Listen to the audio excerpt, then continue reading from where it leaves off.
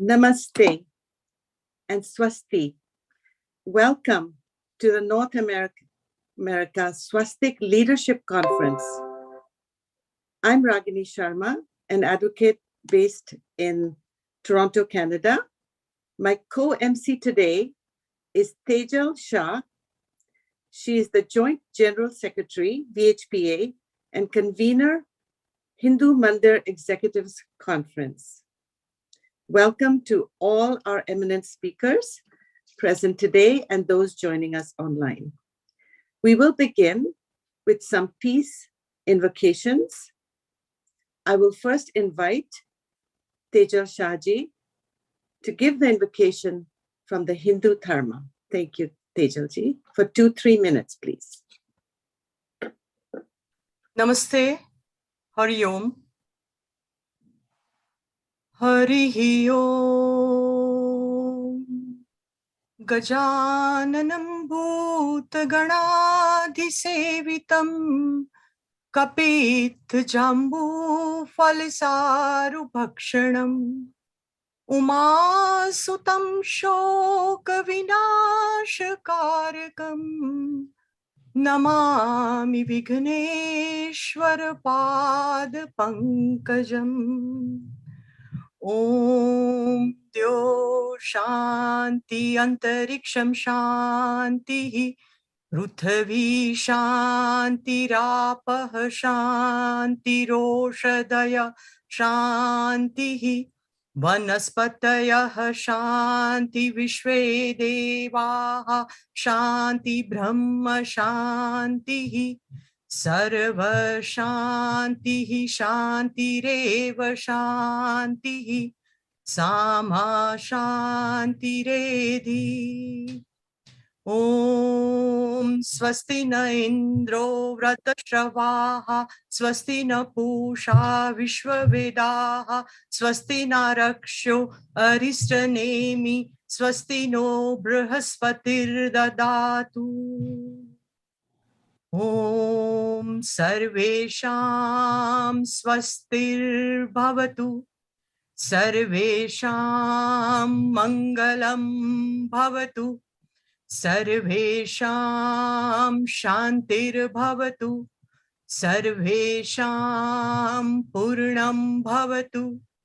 Om Shanti Shanti Shanti.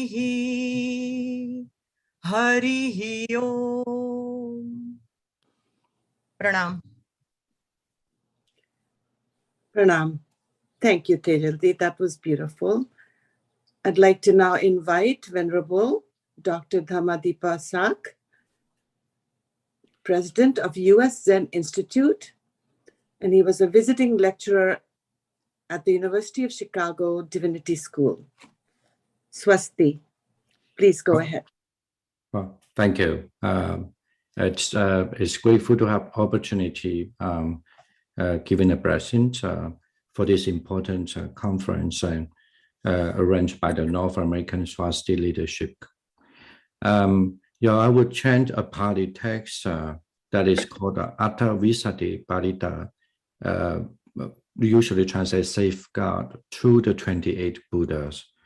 So, Tanghang karo mahaviro metang karo mahayaso sararang karo lokahito dibang karo jundintaro Kondanna janapamokho mangalo burisa sabho sumano thiro revato rativatano Sobito guna sampanno anumodasi januttamo patumo loka pachodo narado varasarati batumuttaro sattasaro sumetto akkabukalo sujato sappalo kakko Viyatasi narasapo Attadasi karuniko dhammadasi dhamunuto sittato asamoloke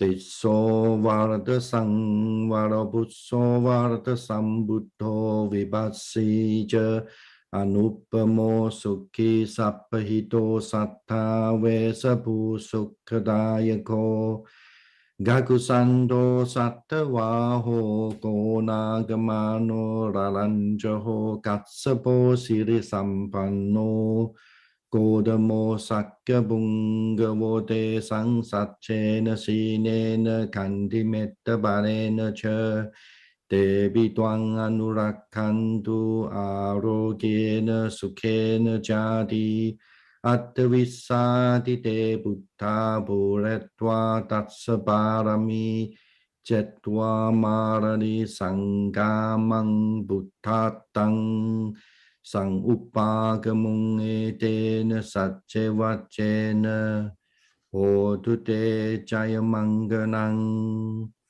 With these 28 Buddhas virtue, having fulfilled perfection, defeat the host of the evil ones, the attain enlightenment, by the might of these truths, may joyous victory be yours. And it's really a good blessing that people having this conference for the sake of the very holy, simple. Thank you. Yeah. Thank you, Venerable Sak. That was so beautiful. We are blessed to have you here. And I'd like to now invite Naresh Jainji to do the invocation from the Jain tradition. Naresh Jainji is Emeritus Trustee of the Parliament of the World's Religions, co-founder of the International Jain Sangh, as well as director in the Federation of Jain Associations in North America. Welcome, Naresh Jainji. Please go ahead. Namaste, Jai Jinendra. Swastika is the primary holy symbol among Jains. It's found everywhere, including home decorations, business counters, religious flags, and offerings. The four arms of swastika signify that during the cycle of birth and death, we may be born into four worldly states: heavenly, human, trianch or animal, plants and microbes, and hellish beings. Our aim should be liberation and not rebirth. Namokar mantra is the core Jain prayer. It is inclusive and not specific to a specific person. It seeks liberation from the good qualities of gods, teachers, and saints. Emulating them can put us on the path of liberation. Namo Arihantanam, Namo Siddhanam, Namo Ayaryanam, Namo Vajjayanam, Namo Loe Savyasaunam, Eso Panchanamokaro, Savva Papanasano, Mangalanancha Savvesing, Paramam Havai Mangalam. I bow and seek inspiration from perfected souls, liberated souls, religious leaders, religious teachers, and all ascetics in this world. Offering these benedictions is the most auspicious of all, and they erase all sins.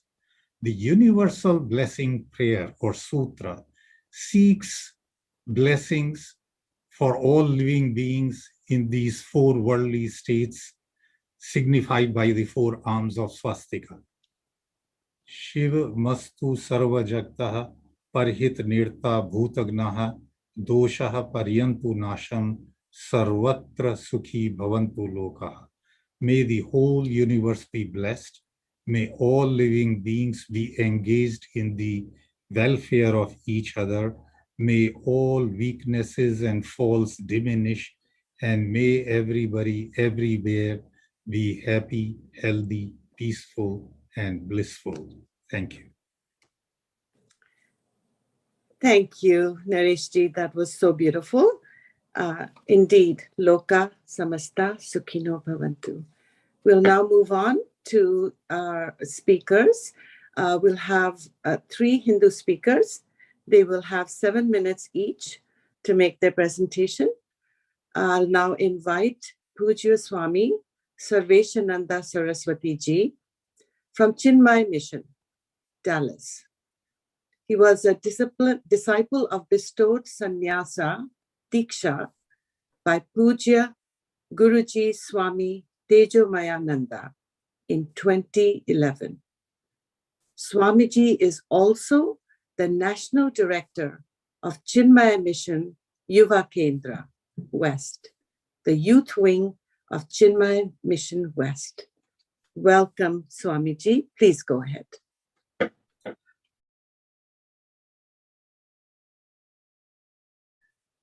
Thank you. Hari Om Pranams. This is a very beautiful effort. Thanks to the Kohana organizers, and my salutations to all the distinguished dignitaries from different cultures from different parts of the world.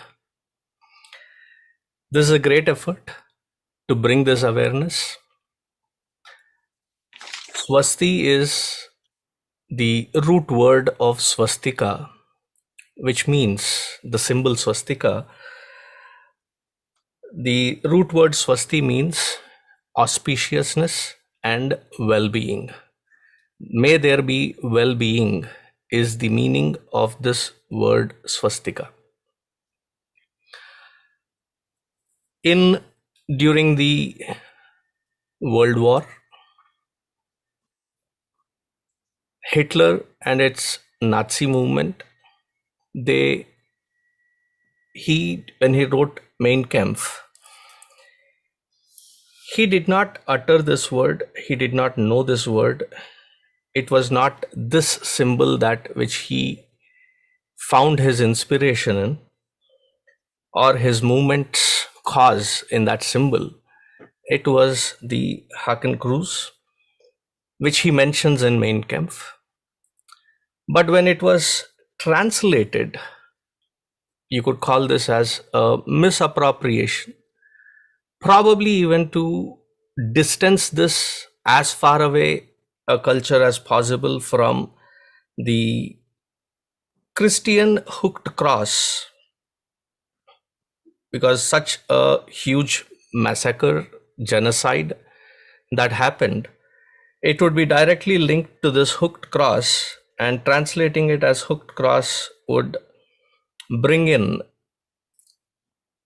a political turmoil, and to avoid it, probably they had to distance it as far away as possible. And very recently, there is this amazing book on the disclosed files which were kept under wraps, which just got released, and there is a good research and a book called The Hitler's Pope, that the Pope was in support, and they wanted to distance it as far as possible. Now, what happens with this particular misappropriation of the word swastika as a translation is those who have genuinely practiced this symbol as the very representation of our Hindu culture, of our Sanatana Dharma, where we have it on the thresholds of our households. Whenever we get into a new house and a housewarming, Graha Pravesha is done, we have the symbols of the swastika, Om, and the Kalash on the houses. We have the mantras in the Vedic chants. I was so happy to hear that this session began with those Vedic chants. We also have the swasti as an integral part of the yogasanas. We have this swasti and swastika used as the symbol in the Vedic altar, where the yaga, yajna, and homa, havana were performed. The symbol becomes a very integral part of our Hindu way of life. And this, if at all it means anything, is only auspiciousness. It invokes auspiciousness. It bestows auspiciousness on everyone, irrespective of whether you believe, whether you want to follow or not. It is that universal prayer where just by mentioning and offering the swasti, it means that may that individual, whoever they may be, whatever their belief may be, may they be finding auspiciousness and well-being in their life. Now, such a sacred, such a peaceful, such a beautiful meaning has been corrupted, has been misused, misappropriated and misused for a very ghastly act that the entire humanity can never ever forget. So the effect of this particular use of translation of Hakan Cruz into swastika, it takes away, it snatches away the very auspiciousness that it represents. The Hakan Cruz, as used by the Hitler's movement, the Nazis, it should be called for what it is rather than what it is not, and what the sanctity it carries to be belittled and to be drained down to be representing a ghastly act. This particular forum, which brings this idea to the masses for their awareness that one, it is not just a Hindu symbol, but the Buddhist, the Jain, the Zhen, and various other cultures have this particular symbol, and it has been an eternal symbol that has been used, that cannot be reduced to a mere misappropriated translation to represent a ghastly act. So the entire sanctity has to be reinstated, and the awareness as to why, how, and who misappropriated it go back to history, because reading the history and knowing this history is the only way to find a good stance, a firm stance in the present, so that we can build a better future, a more comprehensive future. Understanding this is the necessity, and I'm sure we'll be enlightened by many from different backgrounds this particular idea to grasp, understand, and have that clarity as we move forward. Thank you again for Kohana for organizing this. We much appreciate this enlightening event where all of us from different cultures have come here on this forum to share our ideas. Thank you. Hari Om. Pranams. Hari Om, Pranam. Thank you, Swamiji, for your beautiful presentation. We have been informed. And now I'd like to invite Pujya Swamini Svatmavidyananda Saraswati ji. She is the Acharya of Arsh Vignan Gurukulam. She is widely recognized as a scholar of Advaita Vedanta and is a disciple of late Pujya Swami Dayananda Saraswati ji, an internationally known Acharya of the Advaita Vedanta tradition, an interfaith leader and scholastic author of Vedanta. Welcome, Swamini. Please go ahead. You have 7 minutes. Thank you, Ragini ji. Thank you for the organizers for having this wonderful and extremely timely meet. They say that serendipity is another name for Bhagavan, and this the organizing of this conference at this time makes this very, very, very clear. The Swamiji that went before me, Swami Sarveshananda ji, gave a very wonderful introduction as to the meaning and the purport of this swastika.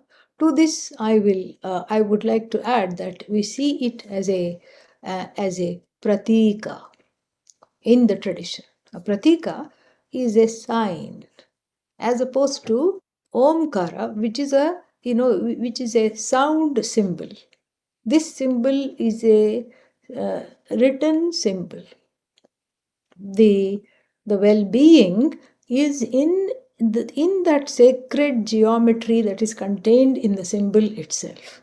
Whereas the blessing that is derived from the Om is in the Ucharana, in the enunciation of it, the blessing is there. Whereas here in the sight of it, the blessing is there.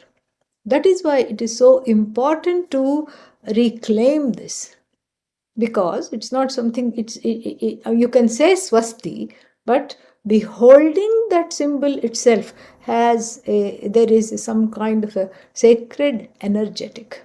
There is a certain kind of a digbandhana, the way it is written, and there is it involves all the directions. It involves the one who is in the center, the oneself, and it's a unifying symbol of wellness. And this is something which is very, very crucial to reclaim. I have been, as Ragini ji said, I have been involved in some interfaith meetings and affairs. And one of the initiatives done by my late Guru, Swami Dayananda ji, was the Hindu-Jewish dialogue, where we went to Israel, and the rabbis came over to India as well. So we had 2 or 3 meetings with the rabbis. And here is where one of the things that was brought up was the redemption, the freeing of the swastika, so we can use it freely in the international realm. In India, it is still used, very much used, but then we are talking about using it in the international realm without being apologetic and without trying to erase it completely and thereby erase the culture and all the blessing that it brings, not only for us but for anybody who beholds this sacred symbol.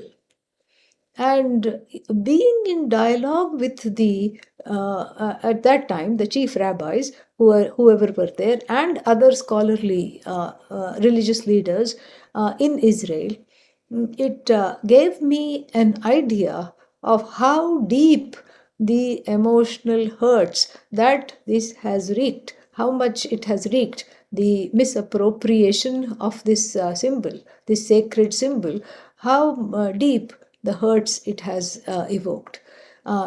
Meaning that even though intellectually and rationally people do understand the meaning of this swasti, and even the Jewish leaders understood the meaning and understood how important it is for it to be liberated so that we could use it. We of many different traditions could use it. It was still difficult. I could see the pain, I could see that block there. And even though rationally we know all about the hooked cross and all these things. And what I'm interested in, I'm very excited about this conference, because how to remove that block, not only among our Jewish friends, but also among people who have this wrong idea, as it has been seen recently in all these legal issues in California with this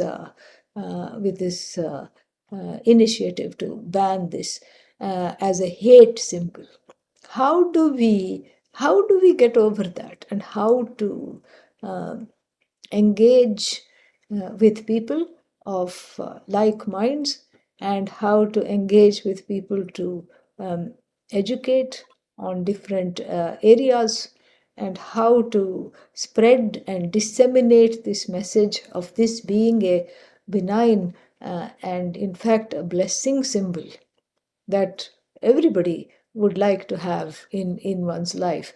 And that is something, that is a conversation that I would like to further, and in whatever way I can help to engender this conversation or whatever activities that I can help, I'm very much there with everybody.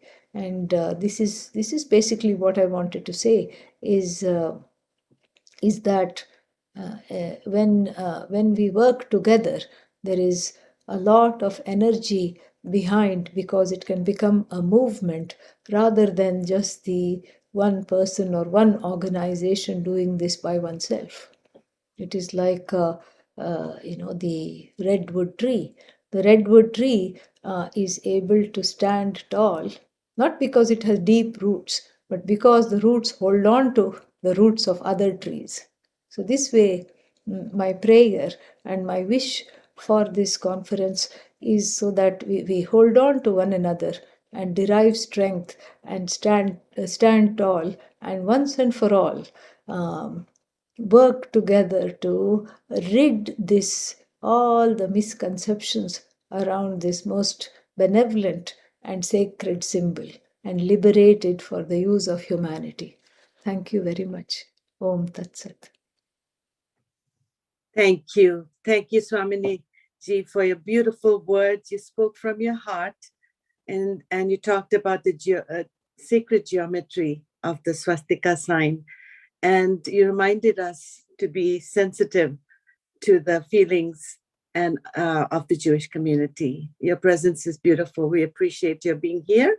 We'll move on to a recorded presentation on Swami Sarvapriyananda ji. He's a monk of the Ramakrishna Order of India, serving currently as the minister in charge of the Vedanta Society of New York. Prior to New York, Swamiji was at the Vedanta Society Centers in California. We appreciate his video message. Thank you. Dear friends, I would like to tell you about the importance of the swastika as a religious symbol to Hindus and also to other members of other religions which have originated in the Indian subcontinent. For Hinduism, the swastika is one of the most well-known, beloved, and most ancient symbols in use. It goes all the way back to the Vedas, where the word swasti comes in many mantras. Swasti means welfare, auspiciousness, holiness, good luck. So swasti astu, may you have good luck, may good fortune attend to you, is a well-known blessing, most ancient blessing we find in India. The symbol, the swastika symbol itself, is used widely across Hinduism. In Hindu festivals, for example, it is used in Holi, it is used in Diwali, it's used in the Durga Puja. Hindu temples and homes often have swastikas prominently displayed there. It is used on auspicious occasions. I know that it is used in marriages, it is used by merchants when they inaugurate their business as an invocation for good luck. So it also stands for prosperity. Not only in Hinduism, where its use dates back to nearly 5,000 years, but also the other Indic religions. The swastika is a very important symbol in Buddhism. In Jainism, the swastika is found in Jain temples, in Jain sacred books. So the swastika's use is widespread across Indian religion and Indian culture. We do understand that the swastika is not just Indian. It's found in various religions from the most ancient times. And here in North America, it is part of the culture of the indigenous people. This is something that I found in my recent reading on the subject. Now, there is this other side to it. The swastika has been associated with the worst excesses of the 20th century, the atrocities committed by the Nazis. It's because among the many crimes that Hitler committed, one was a terrible crime of cultural appropriation, where he used shape similar to the swastika as a symbol of Nazism. And it's associated with anti-Semitism and the Holocaust and the wholesale murder of 6 million Jews. So we understand the evil connotations that this a similar symbol, which is actually the Haken cross, the crooked cross, which has become associated with the excesses of the 20th century, the evils committed by the Nazis, by Hitler. Here, I would like to point out that we stand against all forms of anti-Semitism. We stand with the Jewish community against all the atrocities committed against them, all the anti-Semitism that is directed against them. India, from the most ancient times, has had a Jewish community, and they have never been persecuted in India. I remember a few years ago at the Indian consulate here in New York, there was a joint celebration of Diwali and Hanukkah. And the Israeli consul general said that he meets people from the Jewish diaspora across the world, and they have sorry tales of persecution to share with him, except one country. He said the Indian Jewish diaspora always has been all praise for their experience in India. Swami Vivekananda, who came as a representative of Hinduism to the World Parliament of Religions in 1893 in Chicago, he started his famous speech on the 11th of September in Chicago, 1893, by talking about the Jewish experience in India. He said that we are proud to belong to a religion which has sheltered in our midst the remnants of the Israelites who escaped from Roman tyranny when their temple was destroyed by Roman tyranny. And for all these centuries, across millennia, the small but prosperous Jewish community has flourished in India. So we stand strongly against anti-Semitism, but we would plead for sensitivity to the 2 billion strong Dharmic community of Hindus and Buddhists and Jains and Sikhs who use the swastika as one of their most beloved sacred symbols. On this important occasion of the Swastika Awareness Conference, I congratulate the Reverend Dr. T.K. Nakagaki, Sri Gokul Kunat, and other members of the Swastika Awareness Committee for organizing this important event. I hope this issue will gain prominence and justice will be done. Om Swasti, Om Swasti, Om Swasti. Thank you. Thank you. That was a beautiful message from Swamiji to explain the deeper significance of swastika in daily Hindu life, and how Hindus have always stood by the Jewish community. Now, please go ahead, Nikunj. Yeah, there is a question on the Q&A. Yes. Saying that there are different types of swastika symbols in the Hindu tradition. How can we make sure that we can provide more education to the masses about these different types of symbols within the Hindu tradition? When we talked about Diwali and Holi and all that, so there are different symbols. So for our esteemed Hindu speakers, this is a question. Swamini, go ahead. Oh, I thought perhaps Swamiji would like to say something. No, please go ahead. Thank you, Swamiji. I would also like to hear from you afterwards. The thing is, we have to work together on different fronts. One is at the level of organizations, and that we know how to do, but then equally important is education at the level of individuals. So sharing and explaining and understanding. And for that, I think some little bit of inner housekeeping is also involved, especially for those of us who are situated and teaching and in the West, because we have, in a way, internalized a little bit of that guilt and we are afraid to display this symbol because of for the fear of hurting others. And so that is something that we have to resolve. And this doesn't have to be done in an aggressive way, I don't think. I think it is more of a acceptance and a softness that we bring to this dialogue.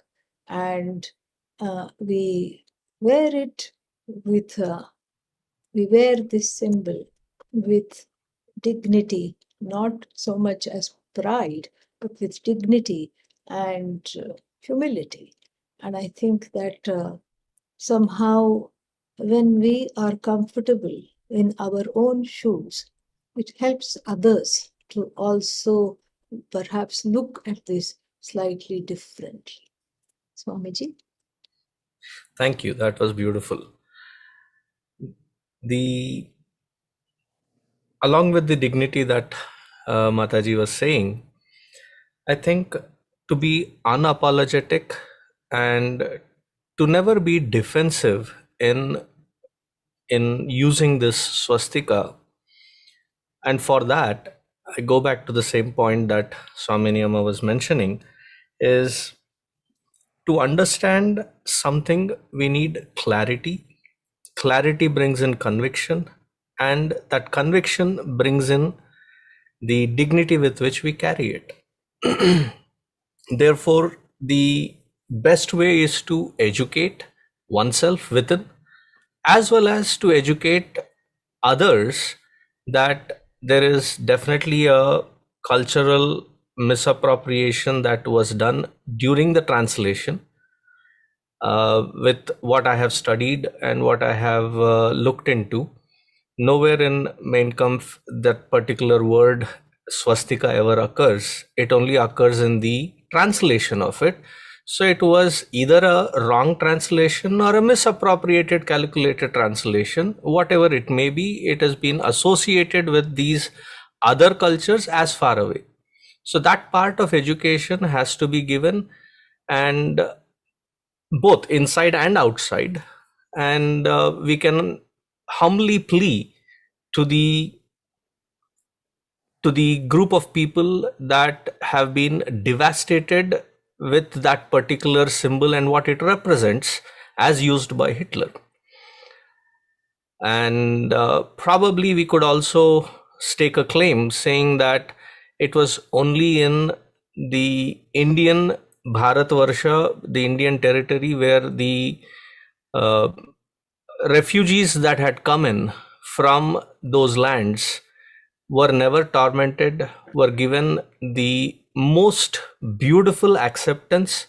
And that is the key, that tolerance may or may not build bridges, but acceptance with humility definitely builds bridges. And all of this is possible only through the act of educating oneself and educating with others. And aggressiveness comes only when there is impatience.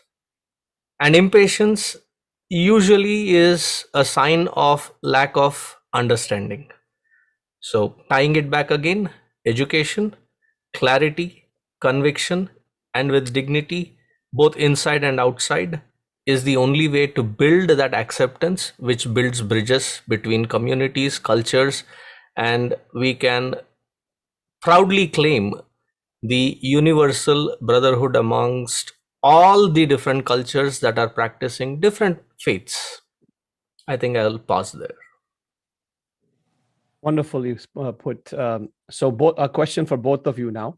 Both of you are part of eminent institutions that have done so much work for the community. And as Puja Swamini ji mentioned, Puja Swami Dayananda Saraswati ji was, when he was here, he had initiated the Hindu-Jewish Summit and Dialogue.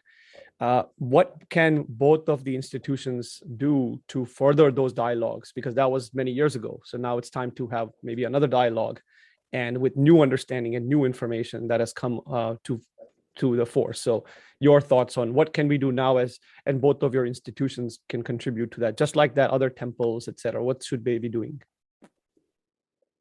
Swamiji, I'd like to. you to Let go us first. specifically with what Dayananji has done. So you can actually answer it first, then I'll follow it up. You see, the first initiative was in the early 2000, 2006, 7, like that. And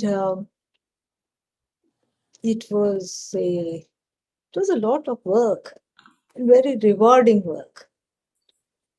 But Trivedi ji is absolutely correct, because these kinds of things need engagement. They need engagement, frequent engagement.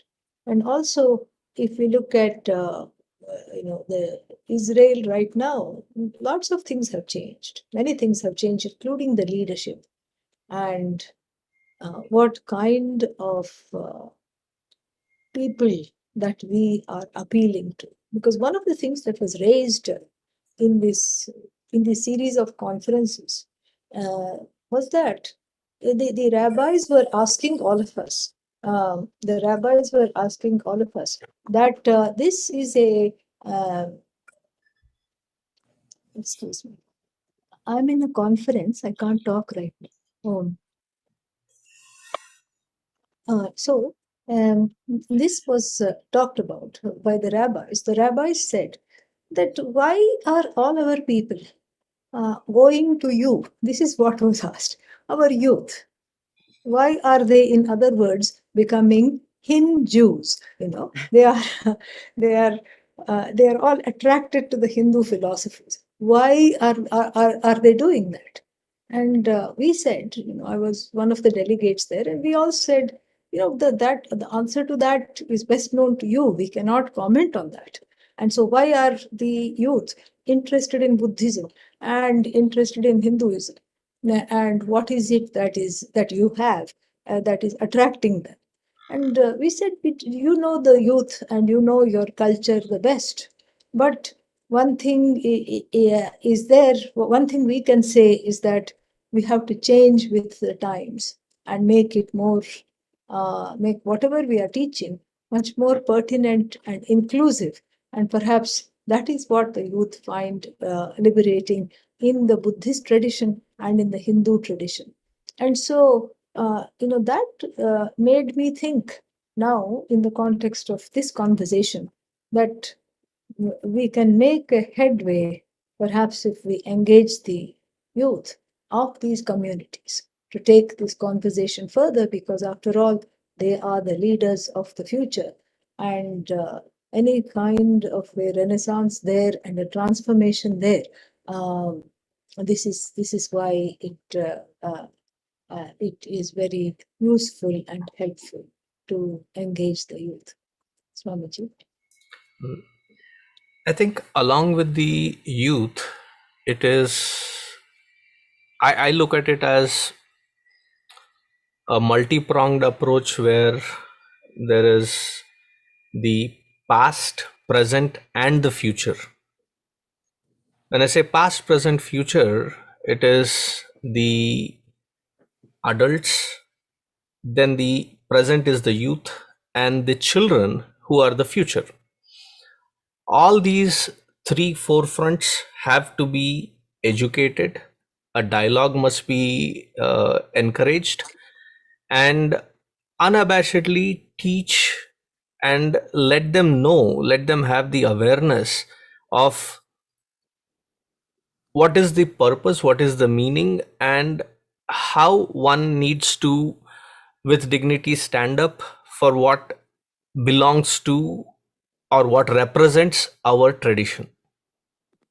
Now, for this dialogue to happen, I think at a national level, here in the American context, we can organize these seminars where we can have a dialogue with the Jewish counterparts, the rabbis, and we have to be able to communicate as well as listen to each other.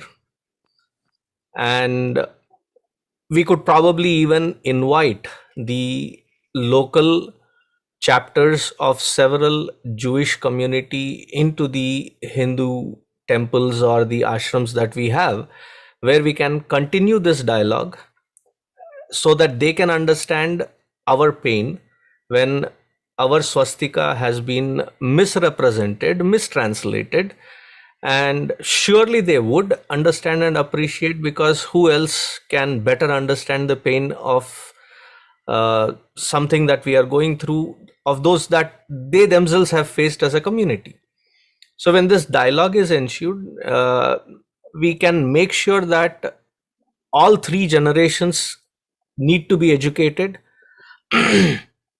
Because lack of it, what happens is, when we keep focusing on the children and the youth, the older generation, which is not in sync, kind of, in today's words, it gets cancelled within the house. So the empowerment doesn't happen as a community.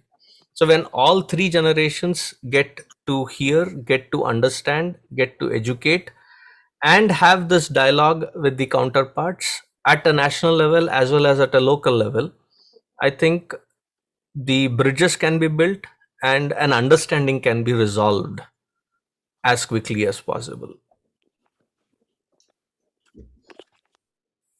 Nikunj bhai. Thank you. I wanted to just thank you both for today's attending today and for the enlightening insights, and really appreciate all the insightful the answers to the questions. Namaskar. Namaskar. Hari Om. Hari Om. Ragini ji? Yeah, it looks like there was some technical issue. Mm-hmm. And then I'm waiting for the Bhante Kondanna to come, but we're talking, so he should be coming in, but then maybe let the Venerable Guan Zhen start first.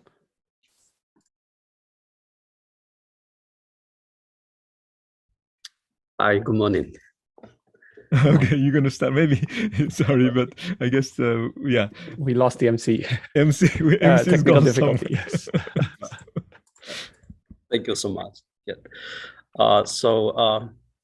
First of all, thank you so much for inviting me to this meeting. And as I can see, and I've been listening to all the lectures, give the presentation, it was really, it's still really important topic to talk about, even we know that culturally different from East and West with the symbol of Swastika. And today what I'm trying to share with you is what does Swastika looks in the Eastern culture, and how historically and how culturally that could be understood differently. Can anyone or host enable me to share screens? Yes, 1 second. All right, thank you.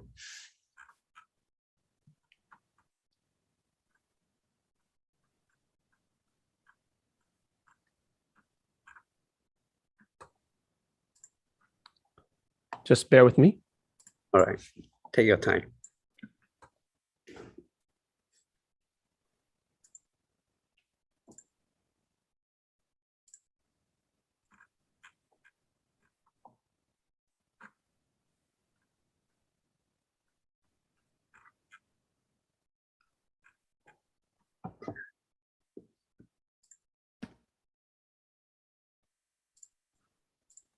Okay, please go ahead now. All right, let me see. Oh, now it works. Okay. So as we know, Swastika, the symbol in particularly in Buddhism, I know that the symbol they're using in Hinduism and other religions as well, but I would like to present particularly from Buddhist perspective of the symbol Swastika. So originally the symbol came from Indian into China, or either probably in the Central Asia into China. So the symbol was first present in two forms. One is written in left side and the other is on right side formulas.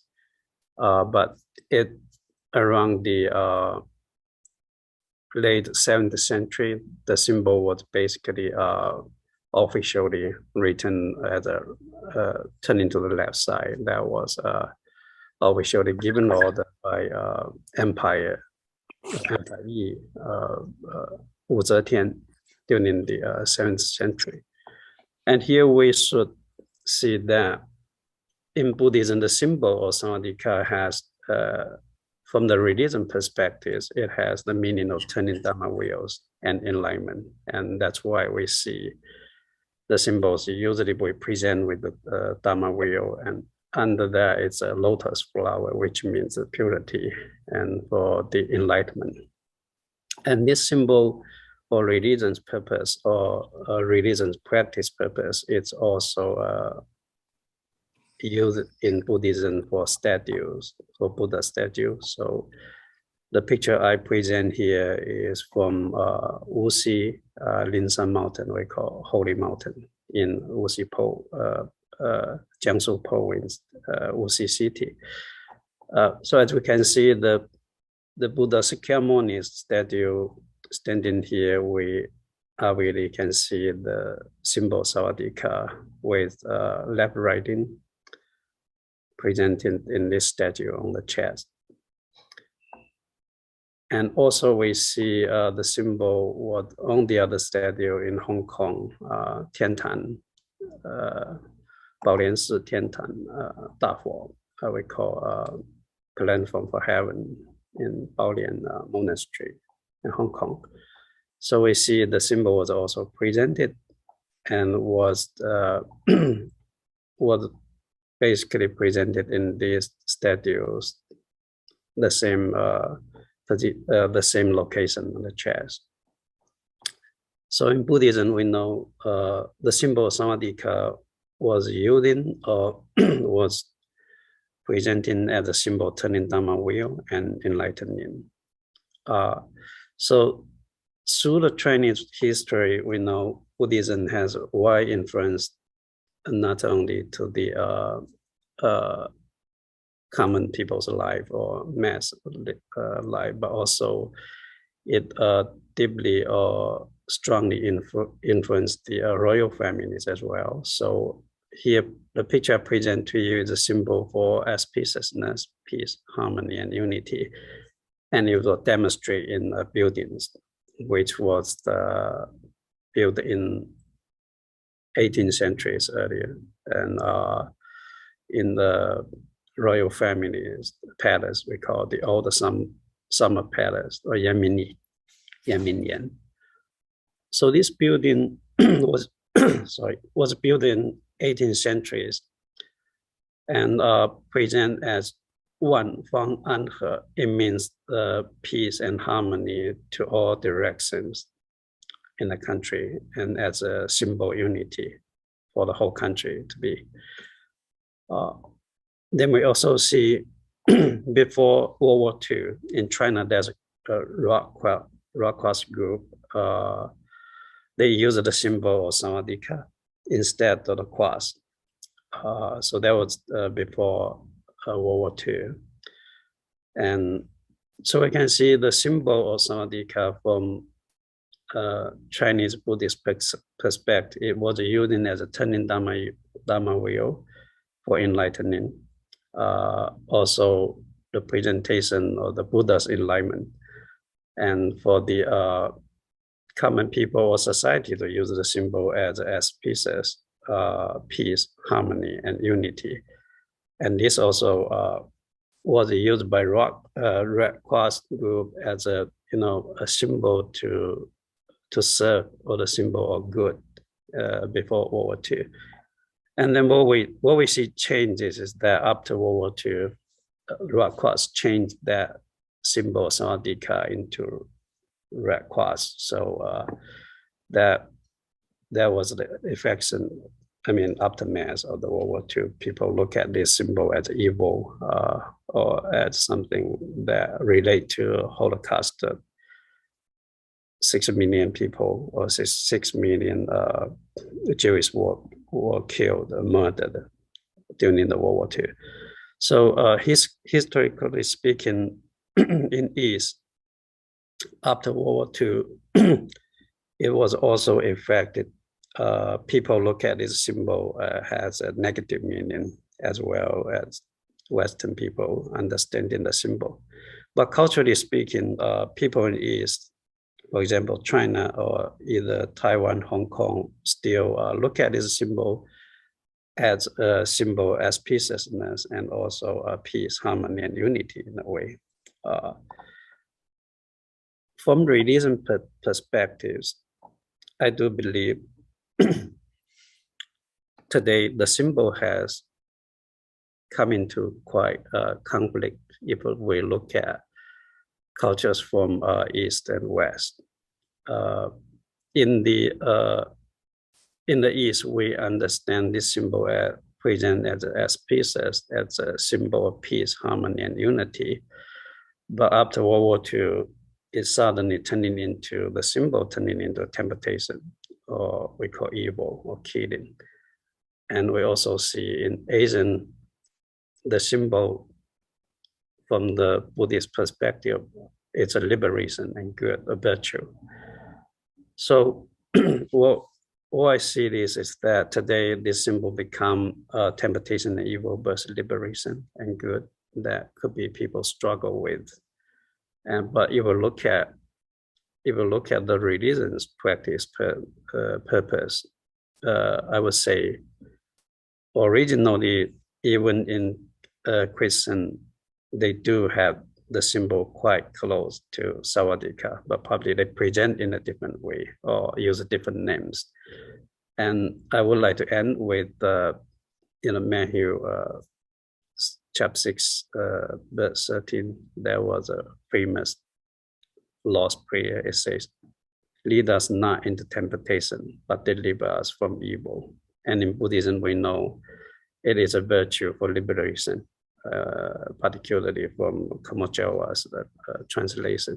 So I hope in the future, after this after the presentation and after everyone's effort to present the true meaning of the Swastika, people would understand that this symbol is a symbol of good, a symbol of liberation, and a symbol of that one leading us not into temptation, but deliver us from evil. Thank you so much. Thank you, Dr. Guan Zhen, for your beautiful presentation. Thank you very much. We'll move on. And apologies for disappearing for a few minutes. I had a crash in my phone. We'll move on to our next Buddhist speaker, Venerable Bhante Kodiyanya.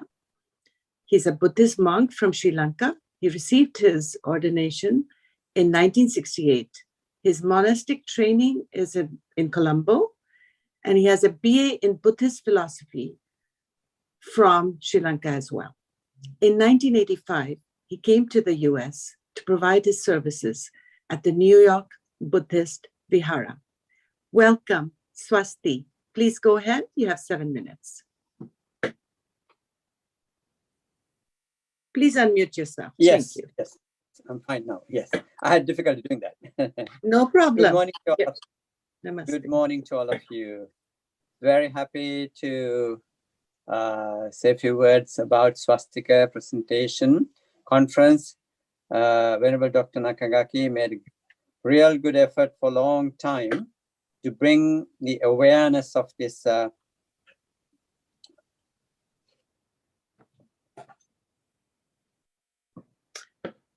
we can't hear you. Can you check your mute button again? unmute. There you are. We can hear Okay. you now. Continue, Yes. please. Yes. So for a long time, we appreciate his effort, and to his effort is to bring the awareness, improve the awareness of this swastika symbol. And in Buddhist practice, we know even in a Northern Buddhist and Southern Buddhist, they still have slight differences. Geographically, there are, vast area.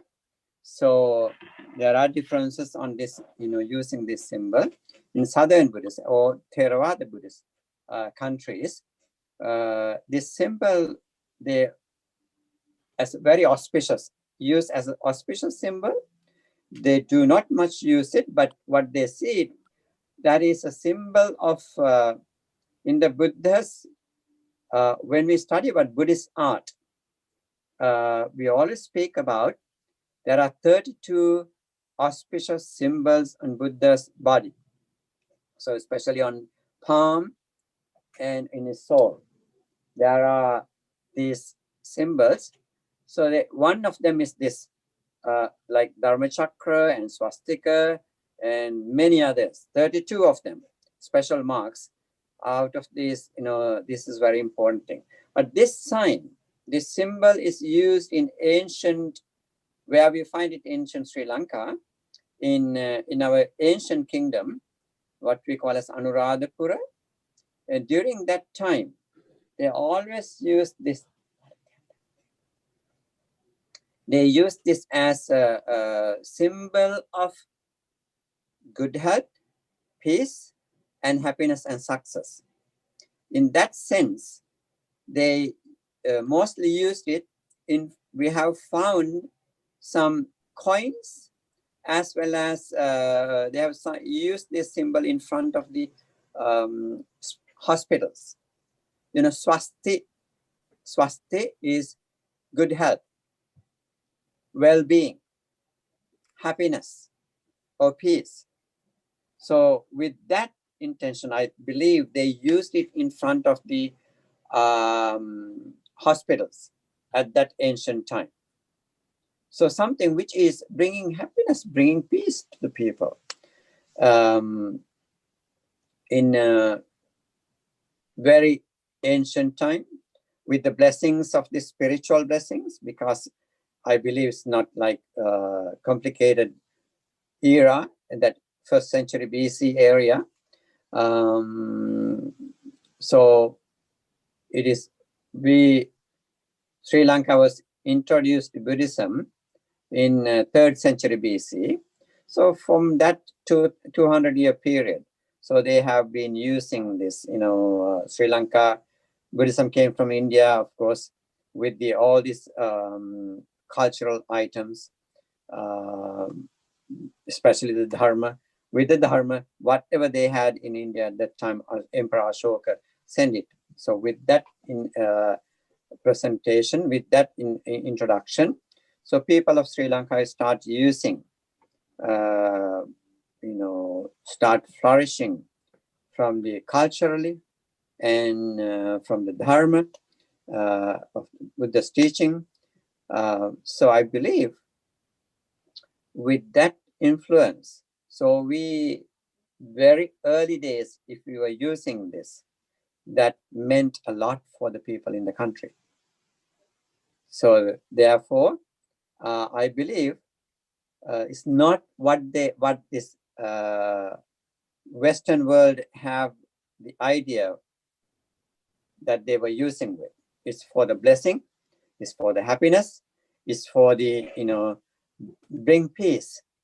People were very happily using it. We do not have the differences that we, in the Buddha statues in Sri Lanka, we do not see it in the chest like what we see in the Chinese Buddha statue, or the in the Northern school of Buddhism. We always see that. Of course, we see, they used to say that in the palm, they used to have this sign of swastika. However, it's basically important thing is, for if we can bring this into the awareness of the people in the West, so that would be, I think would be very helpful. That would not create any evil thoughts or anger in the minds of our friends who are living here in the West. So therefore, whenever Dr. TK's effort is so greatly appreciated in that sense. So he is trying his best, and also we are, whatever we support, we could help him, is also very important too. So I believe right now I do not have any proof or any presentations connected with this in form of slides or anything. But basic idea is, I just wanted to share with you was in the history, what we had and what meant it for the people of that nation, of that country. So therefore, with Buddhism never encouraged hatred, but it's always went with peace. So something to bring peace into their minds, they were using this. So I say thank you to all of you. With may the blessings of the Buddha, Dhamma, and the Sangha be upon everybody who are participating here as well as around the world today. Because of these animosities and anger, people are suffering every corner of the world. May they heal with this, bringing into this awareness of people of this swastika, this concept of sati, good health, sati, peace, healing the mind, healing the body. So from that, may everybody be at peace. May they be well, happy, and peaceful. Thank you for giving me time to share what the thoughts that we have, what we use in the Buddhist tradition. Thank you. Thank you so much for your beautiful presentation and peaceful presence. We will now move on to a question and answer period because it appears that Geshe Chongtul Rinpoche is not able to join us. So TKG, would you like to please take over the question and answer with our esteemed Buddhist speakers? Thank you. Well, I wish I can, but I'm right now I'm in the middle of something. But then okay, go ahead. I can do that. That's not a problem. Can do it. Yes, I can do that. Okay, that's not a problem. Sorry, thank you. Please so go much. ahead. Yes. Go ahead. So the one question, as you had mentioned, Venerable Kondanna ji, earlier, that how can the different Buddhist sanghas and community leaders and can come together to work on this issue together? It's already a start, but I think some education might be required. Maybe we all get together and, everybody's busy. So sometimes, even though I think I was aware of this conference too, but, still since last week I was busy. I could not, especially. So we have to make a special effort. So it depends on now. TK is the one who is working on this. So definitely when we call, we will set up our time and meet again somewhere, wherever we can, meet, either Zoom or at the locality where we are. So we will meet and we can discuss further. Great. No, thank you so much. There's a large Chinese community in the United States. And of course, not everyone is Buddhist, but I think people appreciate Chinese culture. So Dr. Guan Zhen, how can we reach out to the Chinese community beyond, the small group that we have today? That's a good question. And I think like I mentioned, that's culturally different understanding or historically background understanding of the symbol Svastika. So to reach out Chinese community and to make them aware of this misusing of the symbols, or to advocate for the symbols meaning. If you're trying to reach out to advocate for the meaning of symbols from Buddhist perspectives, I think it would be a good way that we do so, to advocate the symbol Svastika. But if we're talking about this symbol as a symbol of temptation or evil after World War II, right? People look at it as a symbol of Holocaust, it's a symbol of murder.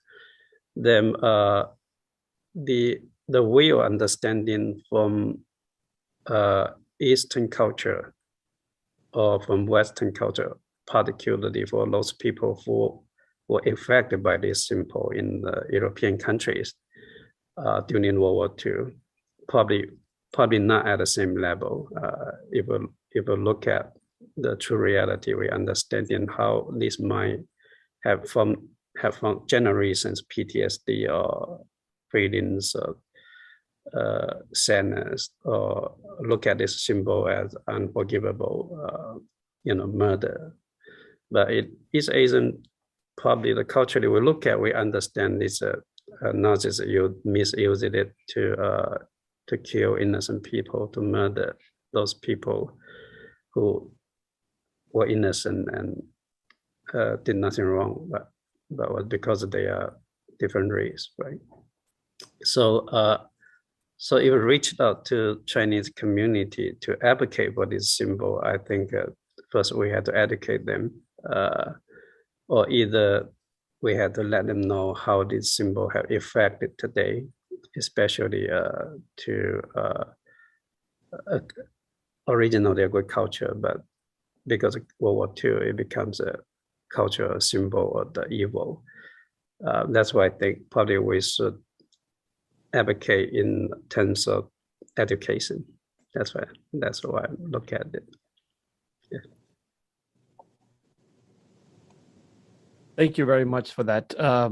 One last question would be: is in some of the I've seen in some of the libraries or tech, some of the resources in the Chinese culture, I have seen some mentions of this, as you had mentioned.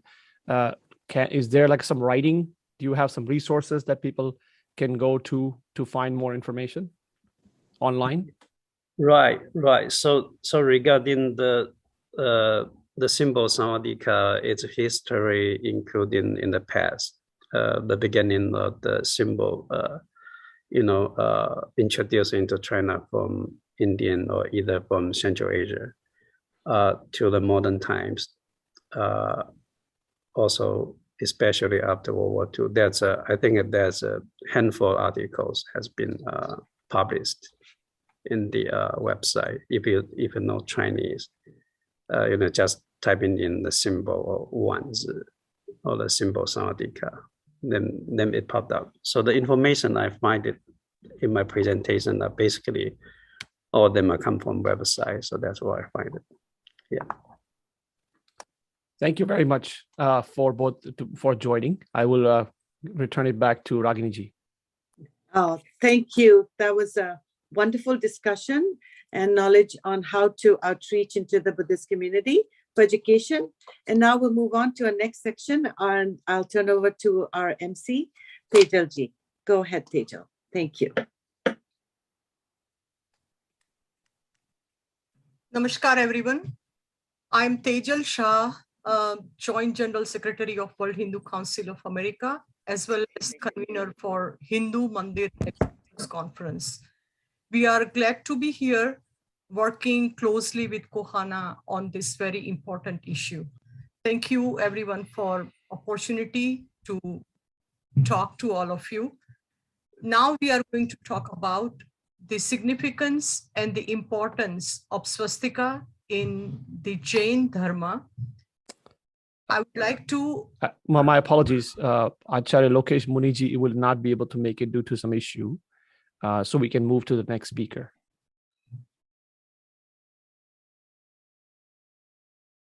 Sorry about that, everyone. We will move on to the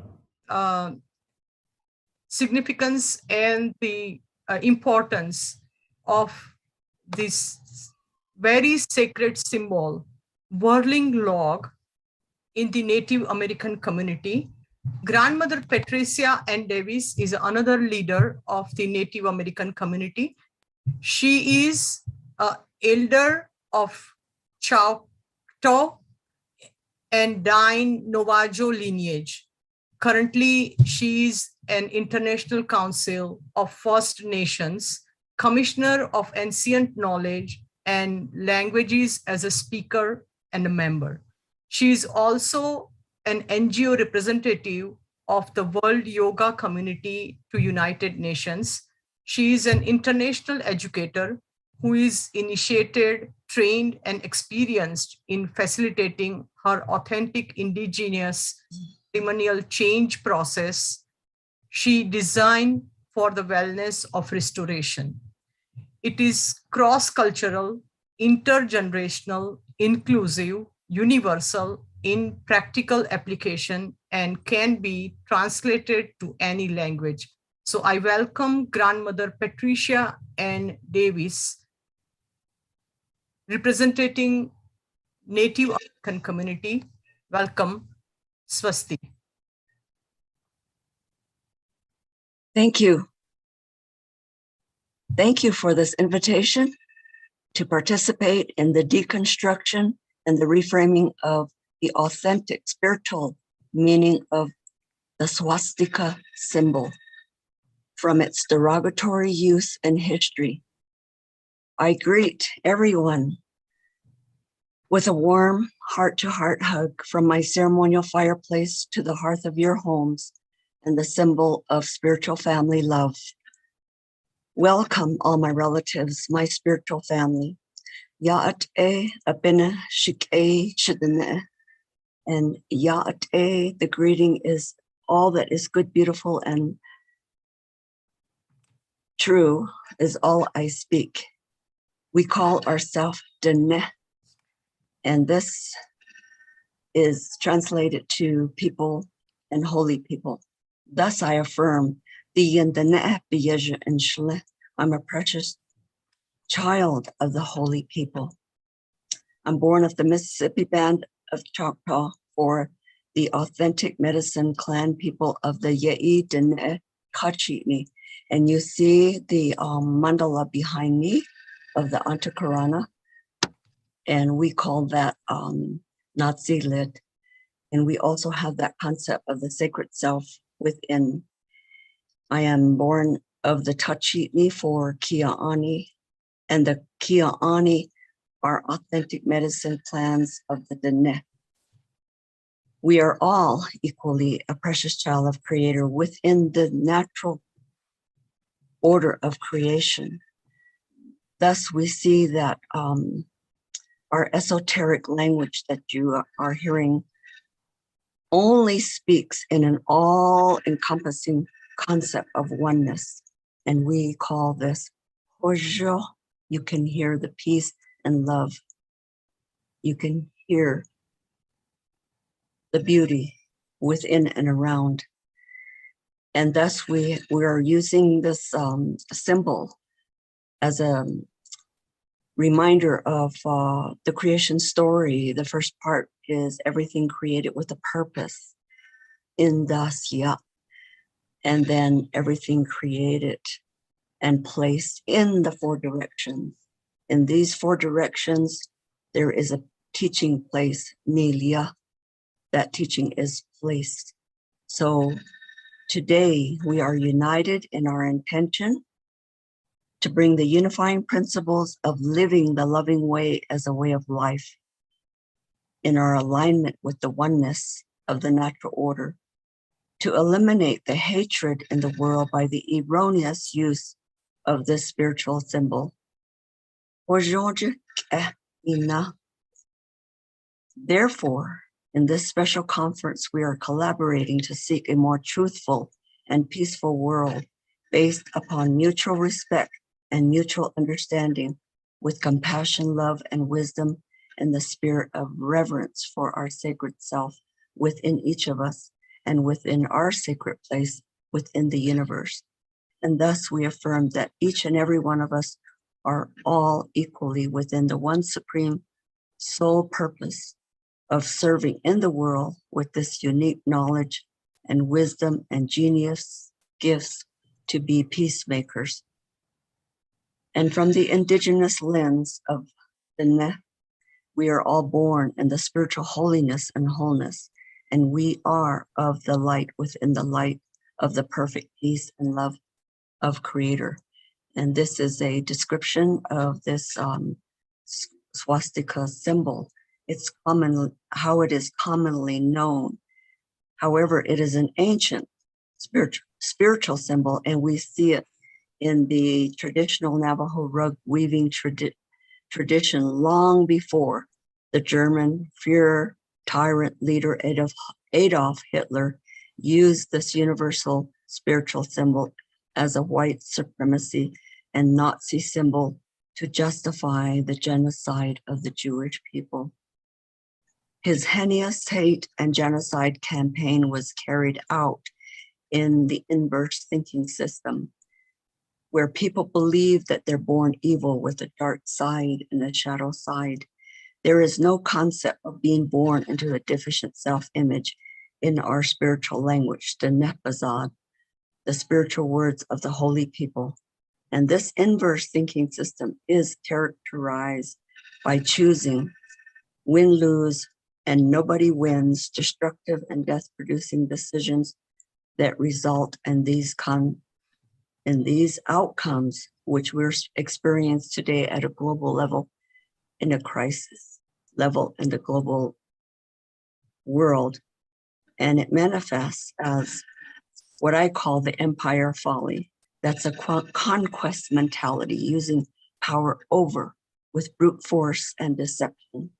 There is no conscience, no compassion, no empathy, no reverence, no caring, only the intention to destroy with the pleasure of inflicting pain and suffering. To use the swastika symbol in the inverse thinking system is antithetical to the will to love and the will to good, where we all make decisions for goodwill to the greatest good, to serve in the world, to eliminate violence and to alleviate suffering. And this task was given to me by my late father when he said, undo the thinking that has caused our people so much violence and suffering. I am a survivor of the genocide in this country. It is vital, and it is important to understand why it is a symbol to the Navajo people, a sacred and spiritual symbol. It represents the procreative, life-affirming energy that we understand as sunwise and clockwise motion of time and seasons, the laws of nature that govern all humanity. This symbol is the whole galaxy in which we live between Mother Earth and Father Sky. We are aligned and we exist within our sacred self, in our sacred place within the universe. This is the affirmation. This is the affirmative thinking system of the American Indian. But we're not American and we're not Indian. We are the precious child of the holy people, the Ne. And we call ourselves Yin the Ne, Biyaja and Shla. Specifically the Navajo people, the Diné people, even Navajo is just a label. It is not, doesn't have any meaning to us. We live in balance and harmony within ourselves and with each other. And to devaluate and to dehumanize people is enemy creation. And I'm going to call it for what it is. It is sorcery. That is twisting something around to what it is antithetical to what it is not. Thus, in the sacred language and words of the holy people, we call ourselves these spiritual names. Diyin Nahuk, the Ne, holy earth surface people.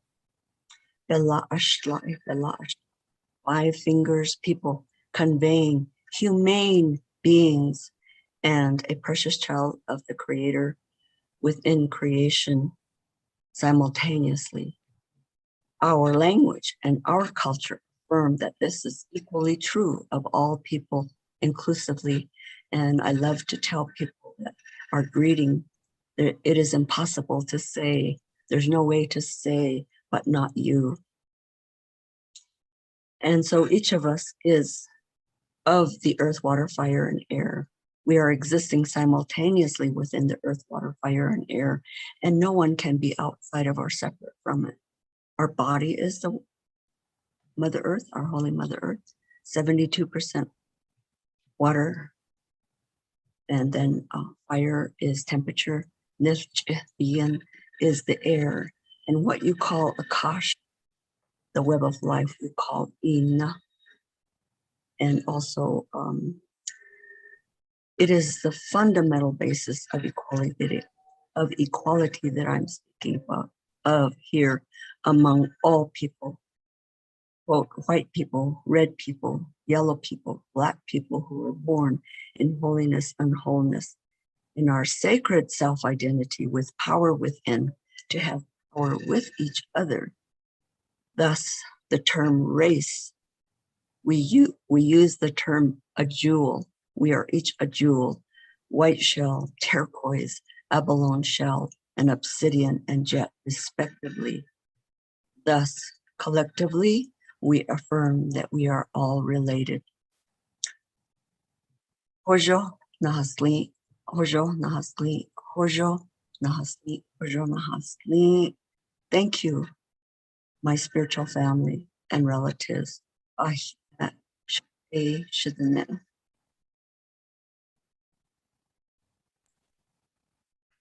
Thank you so much, Grandmother Patricia Davies. I would like to invite Nikunjji to lead us in the question answer session with Patricia ji. Great, thank you. So we have a couple of questions. One important question that is always there is, the Native American traditions have this as a sacred symbol. Not all, but many do. But one thing is, how do we spread more awareness? Because when we speak to some of the tribes and some of the traditions, they're not aware of this. And sometimes there is a pushback. So any thoughts on how we can ally with more Native American traditions to spread the awareness? Let me first mention that there is a major obstacle in this country, the acculturation of people, including the indigenous people, which is to value the Eurocentric dualistic worldview. And that is also a conversion to the belief that we're born in a deficient self-image. And with those two obstacles, it is already challenging for indigenous original people of this land to even have a voice, to even not to be considered a conquered people. And therefore, it's important to describe and to illustrate and to define, as I did in my presentation, the exact simple way to convey that it is that we have demonized, and that we call it demonize is to undo it, to name what is out of balance, and then what the root cause is, identify that and deconstruct it. And so I'm grateful to be a part of this educational process as well, to be visible, to educate, especially from an indigenous worldview, language worldview, ceremonial language worldview, not the conversational language, but the sacred language, and bring that accordingly to the general public. Thank you. Thank you for that wonderful explanation. I think sacred language and sacred words are very, very important. So really appreciate that. In the Navajo tradition, the rug weaving is very important. And I've seen some of the very beautiful rugs that are on display. One time there was a supermarket, a market, and some Navajo people were actually selling the rugs, but someone complained about that. So I think that was a very unfortunate situation. Have you encountered something like that when you are talking about the swastika and the indigenous symbol and the sacred art? Have you encountered such, and what have you done? Yes, I understand what you're saying. And I grew up in the area in Eastern Navajo Agency near East Oza, or in English called Crown Point, where they do have an annual rug auction. And remember that people are fear-based. And so fear-based means that certainly we have this wounded, transgenerational woundedness and trauma in which we fear for our very survival. And now we're dealing, so we feel this existential fear and futility, and we are feeling apocalyptic fear and fatalism. So 100% quote, reservation Indian who have been put in prison camps and refugee and exile in our own country. And so to even use the word swastika to the Navajo people or any other people in the border towns surrounding Indian reservations, particularly our land base, Holy Land, homeland, is going to be open to having a sincere, honest dialogue, conversation. I call that leveling, and truth-telling. And I'm certainly one person willing to do that, coming public here and using that word. But in my own private live audiences and travel, I have never openly used that word. I have only taught the spiritual meaning and of what I have described and defined and illustrated to you today, coming from the exact word and sound that I use. And that way I feel that I'm protected from personal assault. However, people are still angry and they're still revengeful and healing. There's no healing and blaming, and healing is for everyone. So that is how I consider myself happy to be a part of something that you all are participating in, and that you all have agreed to deconstruct and to restore the true meaning. So thank you for this question, and thank you for this precious time, for this treasure knowledge. Thank you. All these traditions. Yes, and one final question for you. Actually, this is something that had come up in some of the research. In the 1940s, 4 tribes were forced to sign or issue a proclamation that had said that we will henceforth never use our sacred symbol because it has caused so much pain to a population in another land. And this proclamation, I believe, was one of the tribes that had signed it was the Navajos. Are you aware of that? And how do you feel 80 years later when we are having this conversation? Wait, you must see this.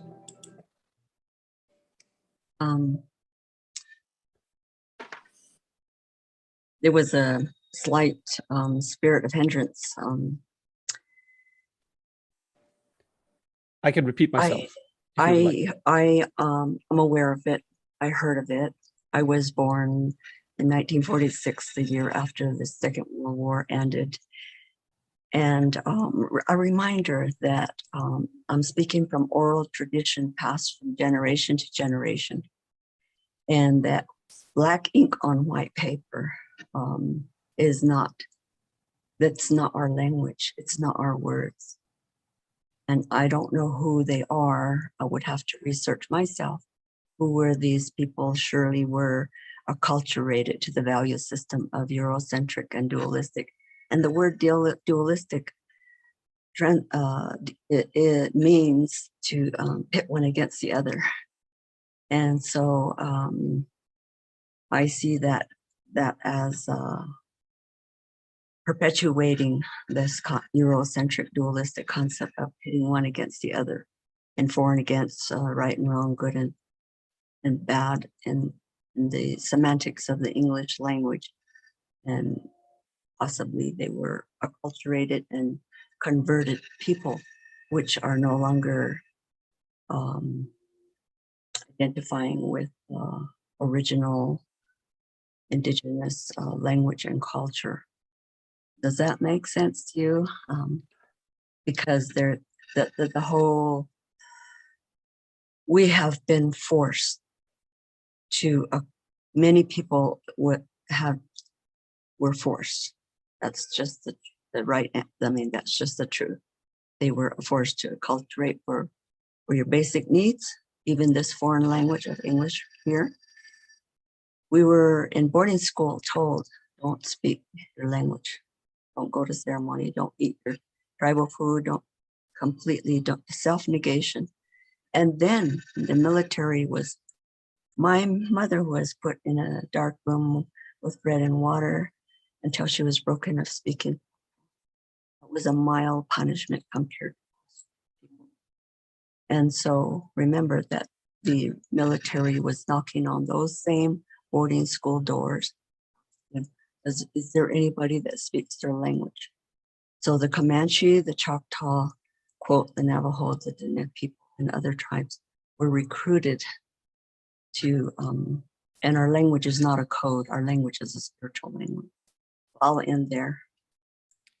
Indeed, and it's very painful to hear this, and this is exactly why these communities of Dharmics and the indigenous traditions have come together, because we want to ensure that this type of misunderstanding does not happen with our people anymore. And we deserve to practice our sacred traditions just like everybody else. And we believe in the spirit of mutual understanding. And your example has clearly shown that there has been pain. We talk about one side of the issue where, a group of people were subject to genocide. But then there is a whole other side of people that have been subject to the cultural genocide and actual genocide as well. And they also deserve the fundamental human rights to practice their sacred traditions without being considered hateful. So really appreciate you sharing these thoughts. Yes, just one more thing. That in my childhood, our ceremonial practices, our language, our culture was literally outlawed, and people were prohibited from ceremonies and put in jail, and all the sacred items, or sacred objects, items, not objects, were confiscated and were fined in my childhood. So I add that personal note. Thank you.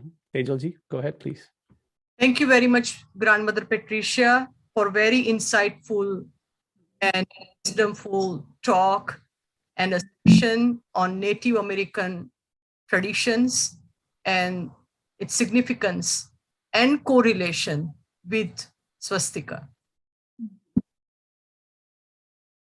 I hand over to Ragini ji for one of the Buddhist speaker who was not here earlier. Now he's with us. Ragini ji, please go ahead. Thank you, Teial ji. We're fortunate that Geisha Chongtul Rinpoche has been able to join us. She is the founder of Bon Shengling, Tibet Bon Education Fund in New Jersey, USA. Bon Shengling is a place for Bon practice of compassion. Chongtul Rinpoche has been teaching Bon religion in North America for over a decade. Thank you and welcome. Please go ahead. You have 7 minutes. Thank you. Thank you, Tashidele. So I am giving a little explanation about the Yungdung or swastika. I am belonging from the Tibetan Bon, which is the not Tibetan Buddhist. It is the non-Tibetan Buddhist. But in the world, it is very confused about the Bon and Buddhist. So Bon is the indigenous native religion of Tibet. It is started about 18,000 years ago. And it is the indigenous and it is the native religion of the Tibet. It is born in Tibet. And the founder is the Tambashenra. Buddha Tambashenra image is very similar of the Buddha. So Buddhist, why I'm saying Bon is very confused with the Buddhist. Buddhist is introduced from the Hindu from India to Tibet during the 7th century. Before 7th century in Tibet, there's no Buddhist. It was only the Bon practitioner and the Bon. So Bon, we have such a rich culture of the swastika. Now people call it swastika, but in the Tibetan, in the Yangjung language. Yangjung is the source of the Bon indigenous culture and the religion. So Yangjung nowadays, in the geography where the town is now, many scholars and everyone saying it is the Afghanistan and the Tajikistan and the Uzbekistan. Those areas used to be Yangjung.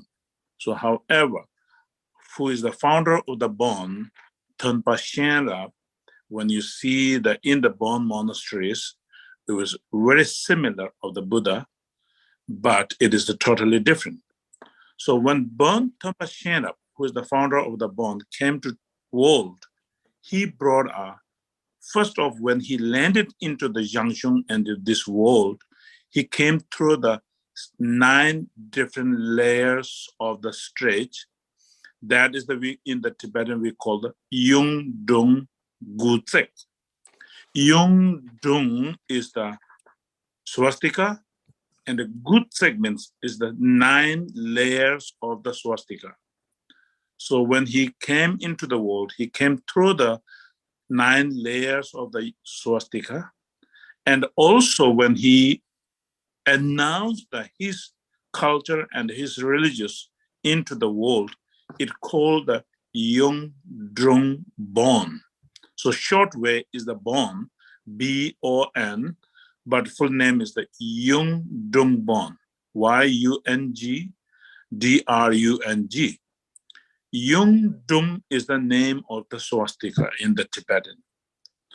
So Tonpa Shenra came into the world, layers of the 9 Yung Dung, and also he teach and special 9 ways of the Bon.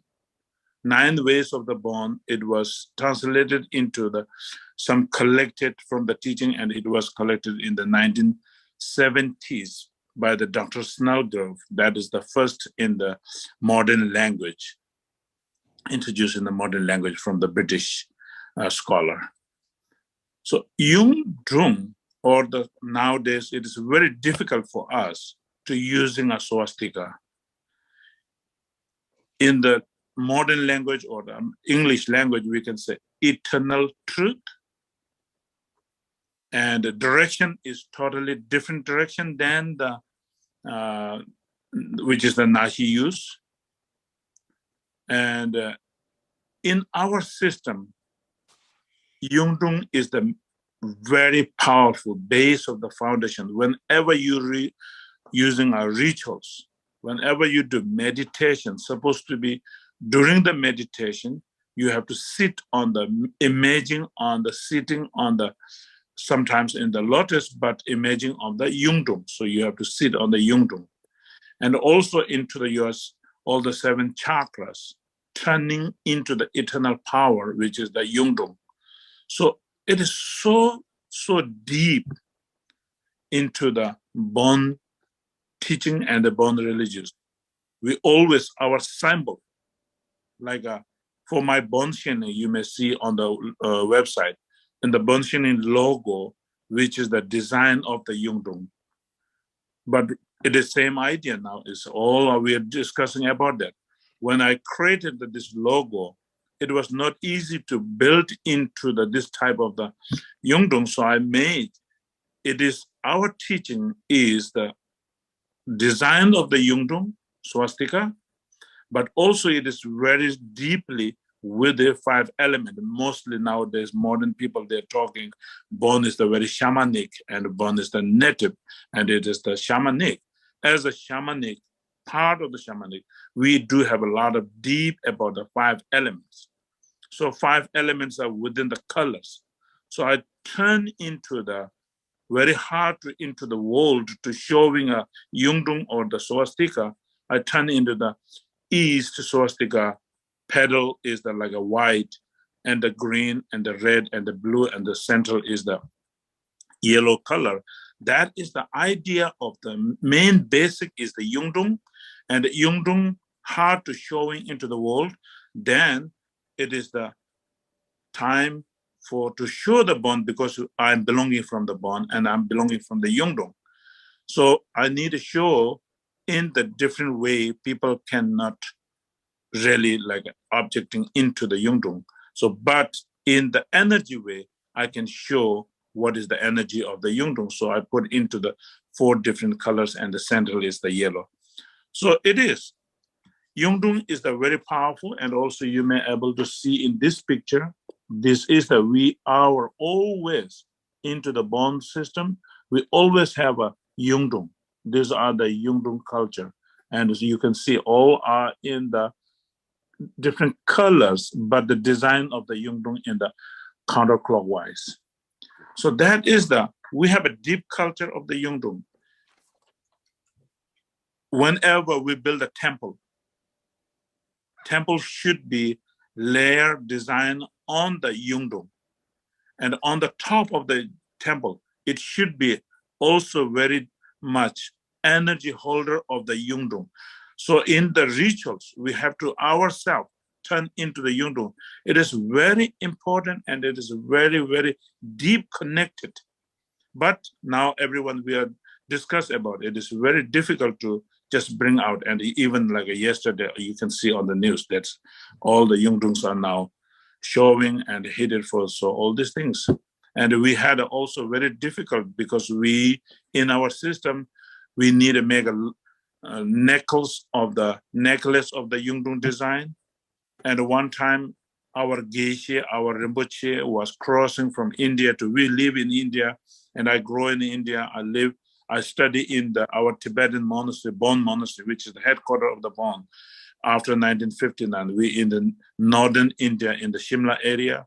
So when we bring our teaching into the Western, we brought a necklace of the Yungdong, and we stuck at the border of the European border. So they are talking so much, they are looking, and they are saying now you are like bringing anarchists, all these things.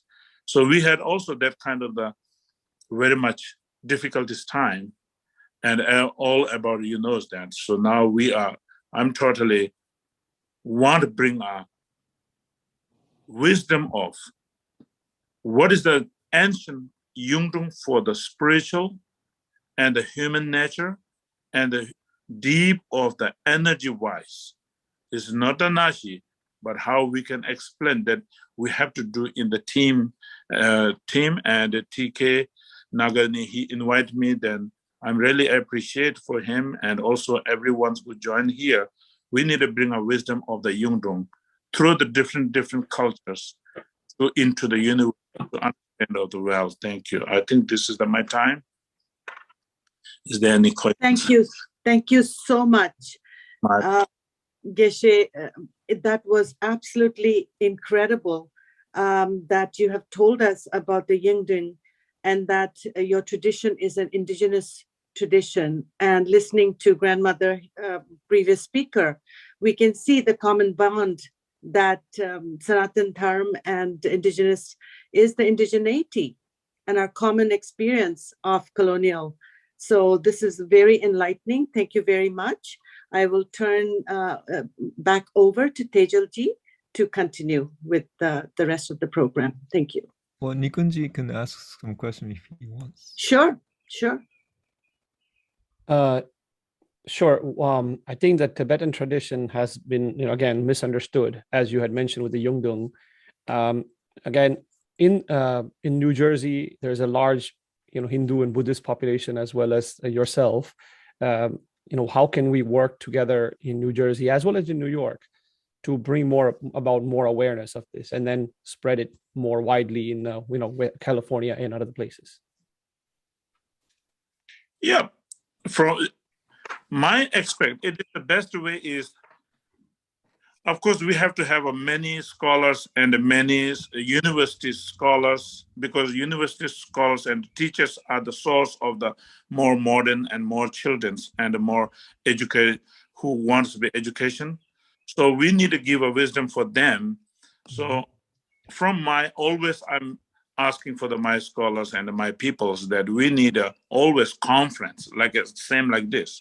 Many scholars, many who are interested on, not just, so who are interested on these people, we have to have a conference and to talk more, then also just get more professors and the teachers in the university, all in the public teachers, like yoga teachers and all our Rinpoches and all the many different teachers from the different religions, they all need sometimes in the teaching, we need to bring into the Jung topic.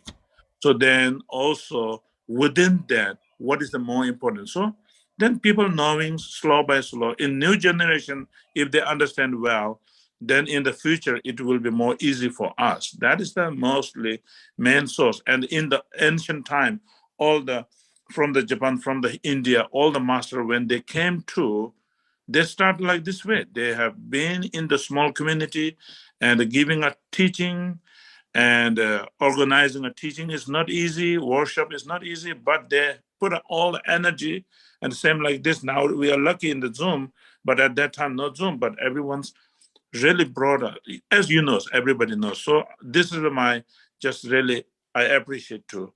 Always we need a conference and giving a more details to the new generation peoples. I don't mean we, like our generation is already gone.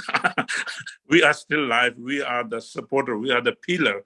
But also there are many new children and young generations growing. We need to catch them and hold them, support them, and giving a knowledge about the, not only the young, what is the really spiritual, and for the spiritual people, some people believe on the spiritual, some people not.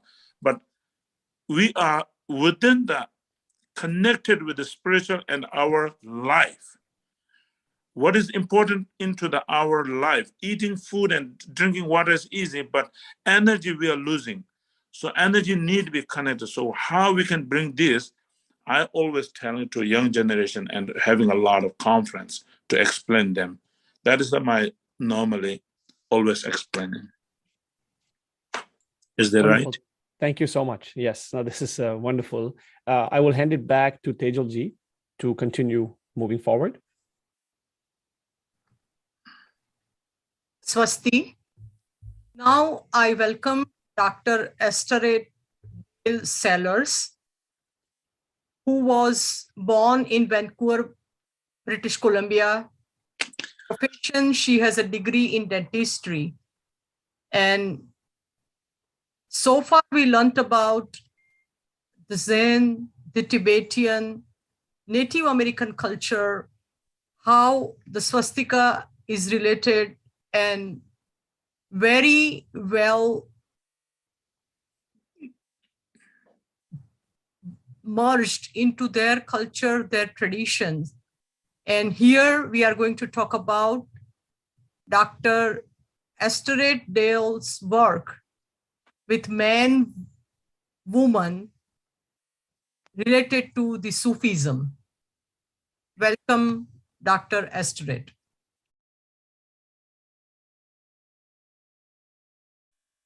Thank you so much for this invitation. I'm here as a representative of my husband's work. He was an artist and he devoted much of his life to educating people in the Western world about the sacred nature of the swastika. And there's a video, we put together a slideshow. So, but I don't know how to. Yeah, I'm going to do that for you. Oh, you're going to do that. Yes. Okay, great. So thank you. I just would like to say, I really appreciate the setting, the container for this conference with the sense, the sense of the unity and sacredness of all of creation, which the swastika represents. So thank you to all of the speakers that have gone before. There you go. Man-Woman was a swastika pioneer in North America. He called himself a warrior of sacred imagination. Hello, everyone. I'm Astarte, and I've been invited to this conference to speak about my late husband's work with the swastika, For the more than 40 years, Man-Woman was committed to educating folks in the Western world about the benevolent and auspicious nature of the symbol. He was working under this 49 Ford when a voice told him to get out of there fast. Things went into slow motion, but he didn't hesitate, and the car crashed down, sending a spring into the earth right where his chest and heart had been a second before. He was grateful for that inner voice, which saved his life. It seemed to be divine intervention. Finally, he attends art school in Calgary, his deep desire. These years expanded his horizons on many levels. As cool beatnik art students, they avidly read the bohemian poets and authors of the time. On his own, he also delved deeply into contemporary spiritual philosophy. He attended Mass every morning before class, and evening benediction at least twice a week. He was torn between his Catholic ideals and the Zen beatnik outlook. His inner experiences created a split with the Church's demands. Art became his religion.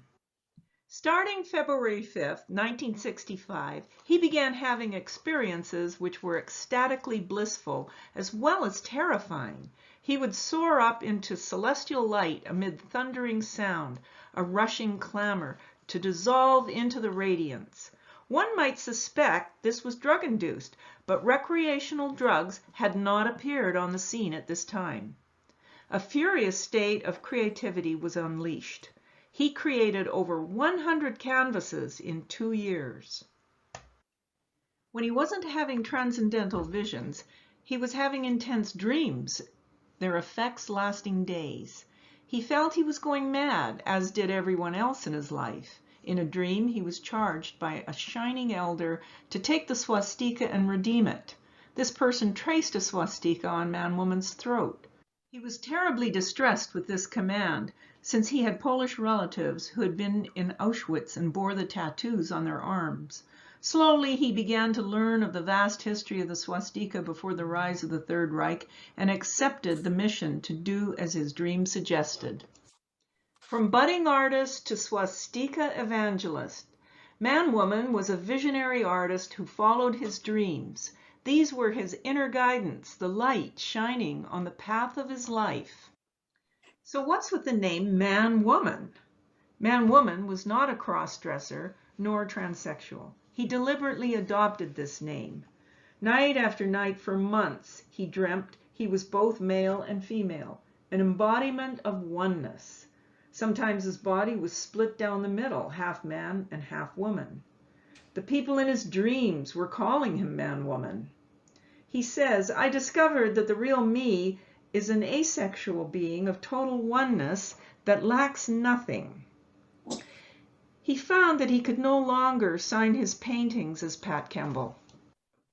His wife at the time was quite concerned how he was going to keep his job and feed their kids when he was going into a trance every 2 days. The rise of the counterculture in the late 60s gave Man-Woman a ready audience for his more mystical works and sayings. He still experienced stiff resistance to his swastika revival, though. This is the Edmonton girls hockey team of 1916. He wanted to feature more examples of the use of the swastika in North American culture in his collection. The swastika appeared in his art continuously over the years. He wanted to depict it in a non-threatening way. He continued to enlarge his collection, focusing on key historical pieces like this Coca-Cola watch fob. In the mid-90s, he became seriously ill for over 6 months with pancreatitis. He almost died on 2 separate occasions. When he pulled through and returned home, he vowed to complete his book on the swastika. These are later renditions depicting his visions and experiences of that early era. His style in these paintings is more modern and pop art influenced. Man-Woman died of cancer November 13, 2012. He had great courage to persevere in his commitments. He has inspired many young people to follow their own inner guidance. He is considered by some the grandfather of the Reclaim the Swastika movement. Think of the most sacred thing in your life. Think of the most precious thing. And put the swastika in that place. Put the swastika into your heart. Put the swastika on your altar.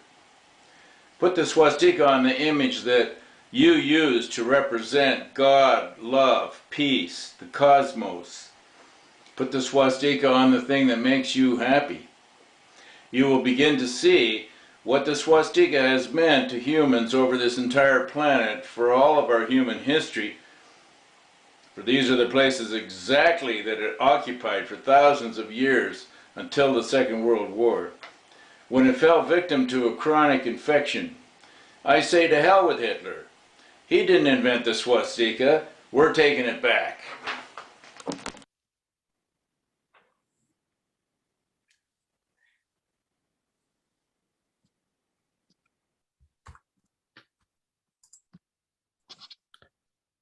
Thank you. Go ahead, please. That's it. And that last slide was the cue for to ask if anybody had any questions. Yeah. So the question comes to mind is, as someone had mentioned, in British Columbia, naturally speaking, this was a radical idea, right? And you have been with him for many years.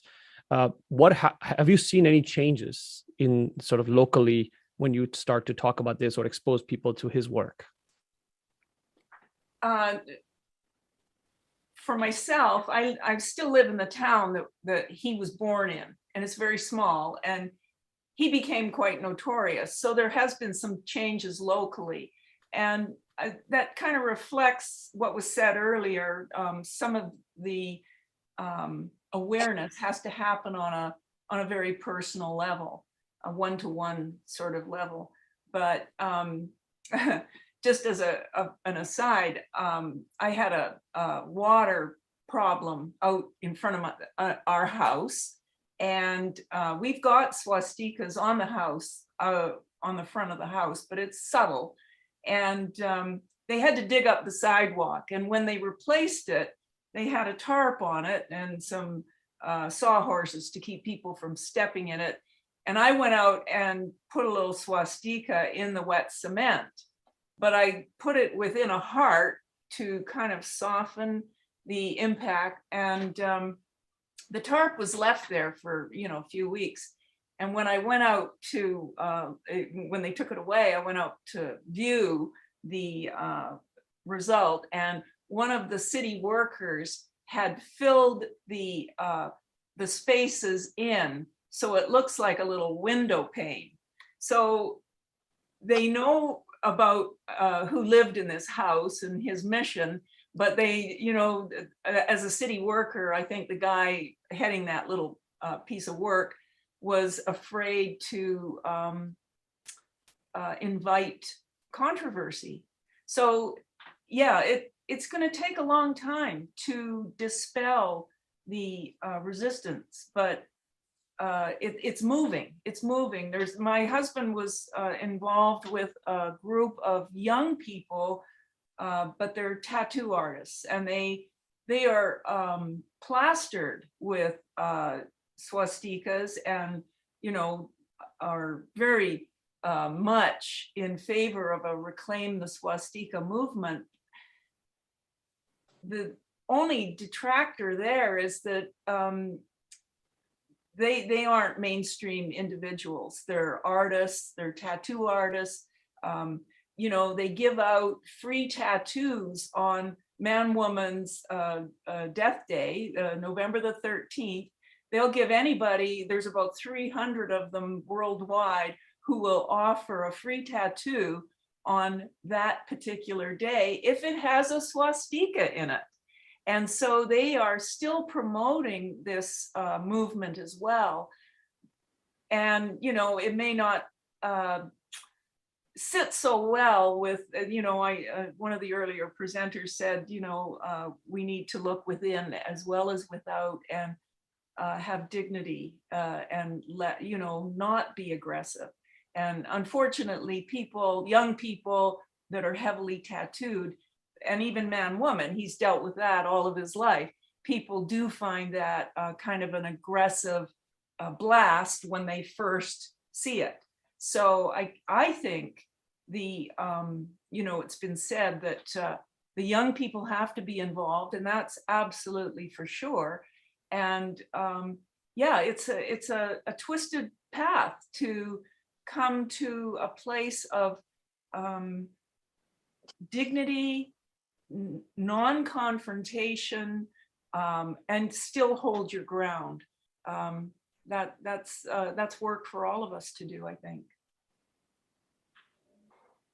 Thank you very much, and really appreciate the presentation. And we hope to, continue partnering with you on our campaigns and initiatives, because I think, as you mentioned, groups need to come together, and mainstream groups need to come together, and that's one of the reasons why we're having this conference today. Yes. So thank you again, and swasti to you.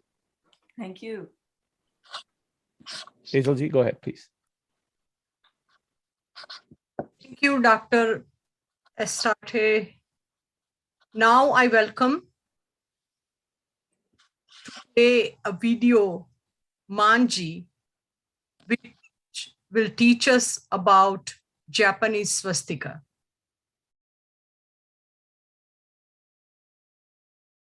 Dr. Nakagaki, you want me to play that, or are you playing that? Oh, I thought you were going to play I'm going to play it. Okay, so yeah. Yes, sorry. Thank you. And it is also a conversation between a lot of Jewish people and also the Japanese part. This intention was started, this video will be intent to bring it in, finish like a 2020, there's an Olympic game supposed to be in Tokyo.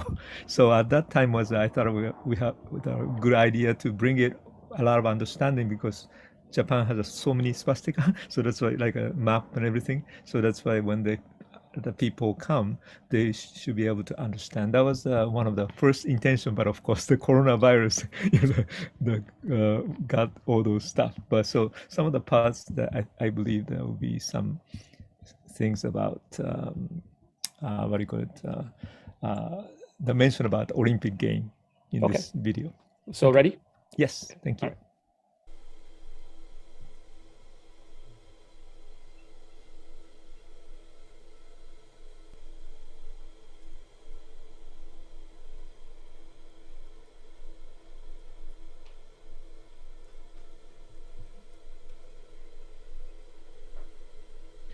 My name is Toshikazu Kenjitsu Nakagaki, so people call me TK as a initial part. And I myself was born in Japan, in Osaka, and I came to the United States in 1985. So actually I lived here about 35 years in this country, United States.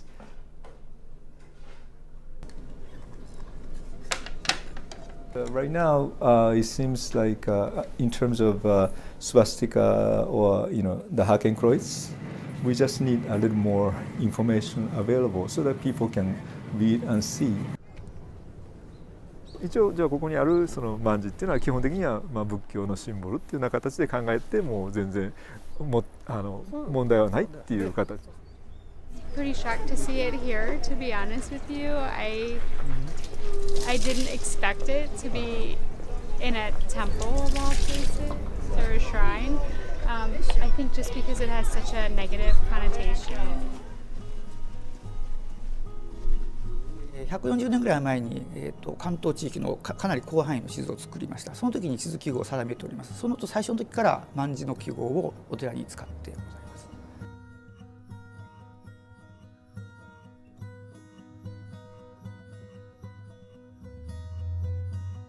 アメリカ人は何をもって自分をアメリカ人として見るか、日本人は何をもって日本人として見るかってところに考えるときに、日本人で結局まだ悲しいところ血なんですよね。でもアメリカ人って結局例えば朝とかに旗に忠誠を誓うとかそういうのあるんですよね。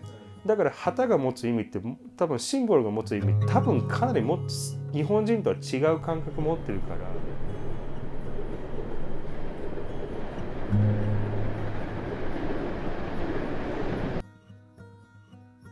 もう3000万人の外国の旅行者が日本に来ていただいてますし、オリンピックに向けておそらく数はどんどん増えていくと思いますので、だんだんこの卍の記号って何なのって思う方は増えてくるんだと思うんですね。でその時にこういう背景がある、こういう歴史的な背景があるということを、やはりきちんと理解をしてもらうというのは大事だと思いますが。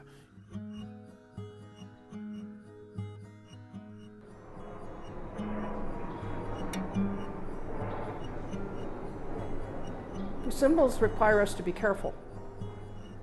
Hate crimes here in the city have increased immeasurably in the last couple of years, and now the swastika is being painted in all kinds of places. So I think it's important, particularly for Buddhists and perhaps more generally for many Asians, to understand what a provocative and negative symbol it is when used as part of white supremacy, white nationalism, anti-Semitism. It was used as a trademark, or at least a supplementary mark for many products, because in history it represented good fortune, good luck, the four seasons, any number of more deeply symbolic and or spiritual things. But to try and convince people who still are bearing the scars of that use of swastika, because whether Hitler called it that or not, if the last thing the person you love most in the world experienced was a person wearing that symbol, blowing their brains out, what they called it doesn't matter.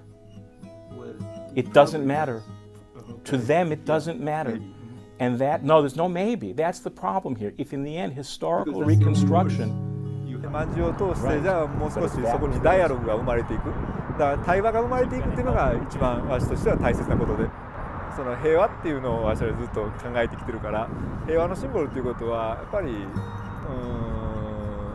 どういうふうに相手を理解するか、お互いを理解していくかっていうのがすごく大切になってくると思うんで、だからそのシンボルをね、蘇らせることっていうのはある意味で人類の歴史をちゃんと蘇らさせてもらうことにもなるし、ヘイトクライムもどうやってできてるかもよくわかると思うんですよね。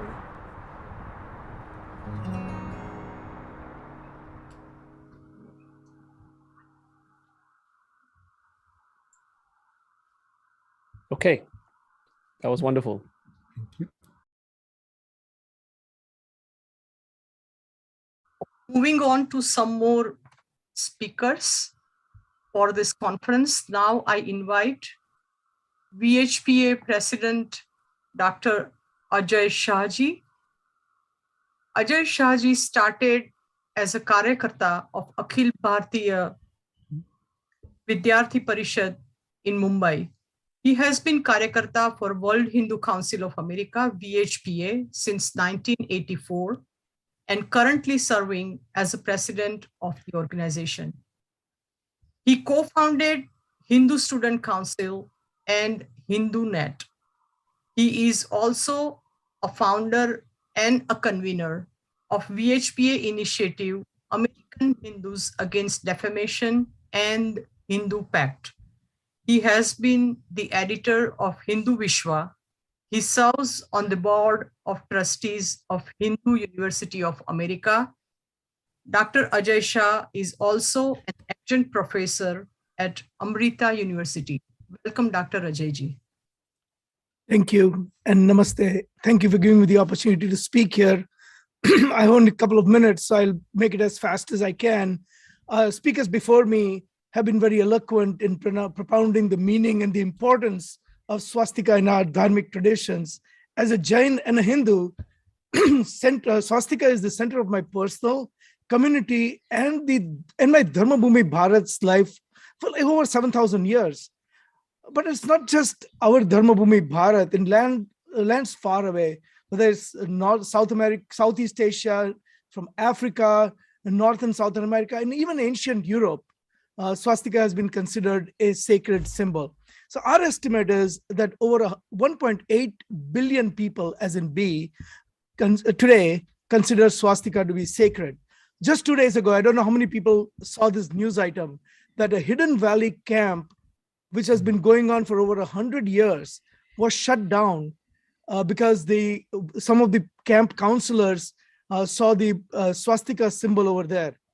And all of them protested, they quit, all the employees quit, and 900 campers who came to the camp for social and environment consciousness were left without a camp to go to. Okay, all because that camp, somebody had donated a swastika symbol, and these people just considered it to be hate symbol, and the camp counselors quit. Just a few years ago in Canada, in Halifax neighborhood, people filed police complaints because somebody has swastika hanging on their doors. One of our own workers and office bearers had someone from Home Depot come and do some work, and that person just stopped working when they saw swastika in a home temple and reported to Home Depot that this is a home of a hater. But all is not that gloomy. Just a year ago or so, or 2 years ago rather, a town named Swastika, New York, actually stood by and kept its name because the people in the town understood that swastika signified a sacredness and good auspiciousness, good vibes and good auspicious vibes. So how do we deal with this? I believe that we need really multi-pronged approach. We need to educate our own community and the youth and tell them that do not shy away from swastika. And today's conference is a great beginning in that. So I thank the organizers of this, and especially for Nikunj for taking a lead on this, and Gokul Kunnath. Thank you very much. And it's not just swastika that is under attack. Even Holi is under attack, and attack against Diwali are beginning to emerge. So swastika is a gateway to bullying of all the Dharmic kids. And we have to understand a larger movement. And the larger movement here is to deprive all the Dharmic traditions of their Dharmic identity. So we need to bring Dharmic, the second part of the approach is to bring the Dharmic community together. And that's what we are doing here today. The third is to work closely with the Jewish community and dispel any of the fears that they may have. We, as VHPA, or World Hindu Council of America, worked with the Jewish community in Washington, D.C., with the AJC, and created a brochure that explains what sacred swastika means to Hindus. And the fourth and the final one is take a strong public stand. Just a couple of years ago, a Netflix series called The Boys removed the references to Al-Qaeda when they were referring to terrorists. But they retained swastika as the symbol of that hate group that was portrayed in that show. Okay. For our part, as VHPA, we are fully committed to reclaiming swastika's rightful place. Our initiative, Hindu Mandir Executives Conference, with over 500 participating mandirs, have through the years engaged mandirs and priests, and now we are going to work with them to bring awareness about the importance of swastika in American public life. Our initiative, American Hindus Against Defamation, is fighting the defamation of swastika in public forum. Our partnership initiative called Hindu Dvesha, or a counter to the Hindu hatred initiative, is a partnership between us and Hindu University of America. And we are creating academic awareness, literature and awareness literature, and also doing historic research on swastika. And finally, our Hindu Policy Research and Advocacy Collective, or Hindu Pact, is taking a lead in legislative outreach wherever we see legislations come up against swastika. Finally, today I want to tell you that we are committed to working closely with you. We are determined to reclaim swastika's rightful place. We will not let swastika be appropriated by those who promote hate against Nazis yesterday, and those who seek to appropriate, and we make sure that it cannot be appropriated by those who hate Hindus and Dharmic tradition followers today. That is our pledge and that is our mission. And with that, thank you very much for the opportunity and giving me an opportunity for letting me speak here today. So thank you and namaste. Thank you, Ajay Bhai. Now, I welcome revered Dr. T.K. Nagagaki to speak on the very same subject. Dr. T.K. Nagagaki is a Buddhist priest, ordained in 750 years old Jodo Shishu tradition of Japanese Buddhism. He is a president and a founder of Hiva Peace and Reconciliation Foundation of New York. He also is a president of Emirates of Buddhist Council of New York, a Hiroshima Peace Ambassador, Nagasaki Peace Correspondent, and an honorary board member of Interfaith Center of New York, and honorary president of Sangakaya Foundation, that is from India, and New York City Police Department, Calgary Clergy Liaison. He is the author of Buddhist Swastika and Hitler's Cross, Rescuing a Symbol of Peace from Force of Hate, which was Stone Bridge Press 2018. An important resource for all of us to learn about the history and the significance of swastika. Welcome, Dr. T.K. Nagagaki. Swasti. Swasti. Thank you very much for kind introduction. And also wonderful speakers. I really appreciate all of the people who are able to join us today.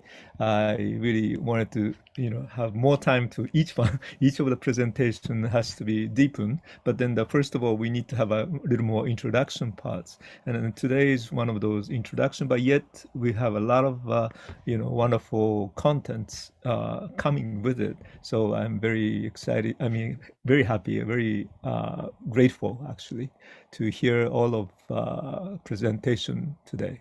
And so myself, one of the reasons that I'm here is, of course, I wrote the book, and then let me share the things that I have here. So, because, okay,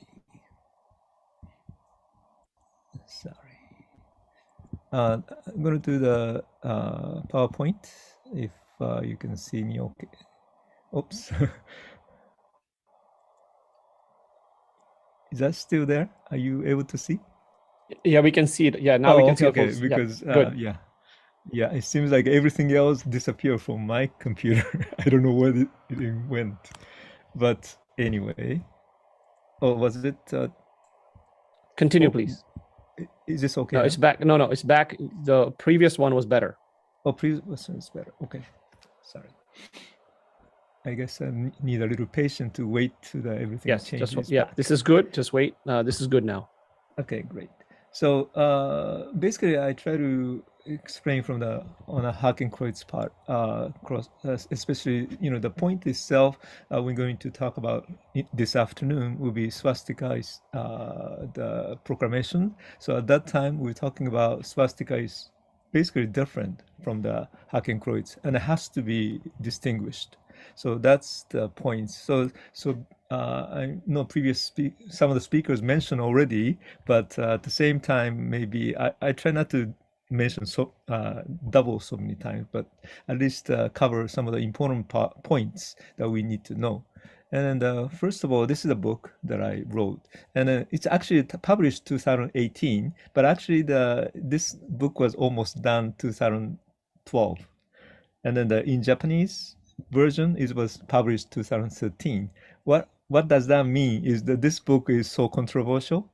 No publisher wanted to publish this one, and this is actually a result of the New York Theological Seminary doctor ministry program that I was in. So this is a dissertation. Based upon dissertation, I make it to the book.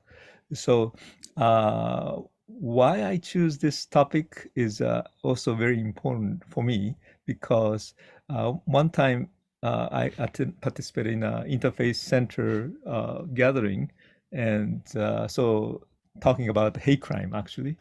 So one of the hate crime presenter, from the ADL, said that swastika is a universal symbol of evil.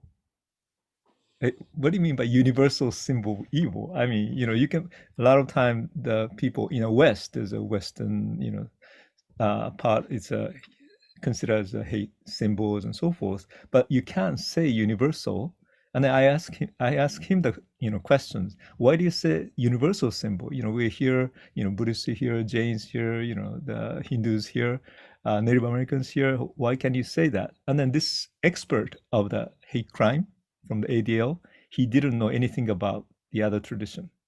So that's why after that particular things happened, we just gather and then start talking about. And then this is happened to be the year before that I entered the New York Theological Seminary. So that's how these things develop. And so in the end, of course, it become a book. Make the long story short. So, but then it's very important for me to, it's if that particular speaker said, oh, in the East, these are the things consider, then maybe I didn't even write the book actually. And so, you never know what things happen to your life. And then so this is not really my first priority before, but now it's really like a first priority for me. And then so I'm deciding to spend a couple of decades, so like next 20-30 years, because I already spent 10 years, because that was 10 years ago that I started, and the research itself is 2010. Then I just continue to do the various things. One of my problems is I can't see my watch. Sorry, just 1 second. Okay. So, and then based upon the particular book that I show, now we have the film making.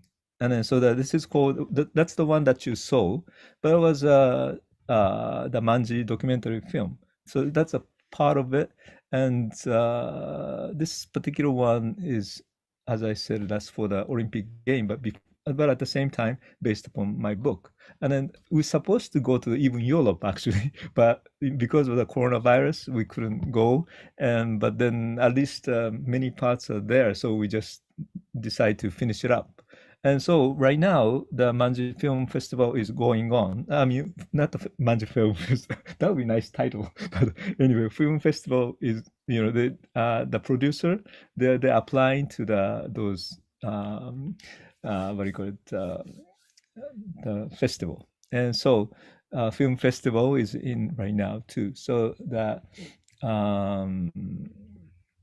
so it's right now in a Toronto thing, you can watch actually if you like. But then the things that I just wanted to include here was some of the things. This is the United States, a little before 1900.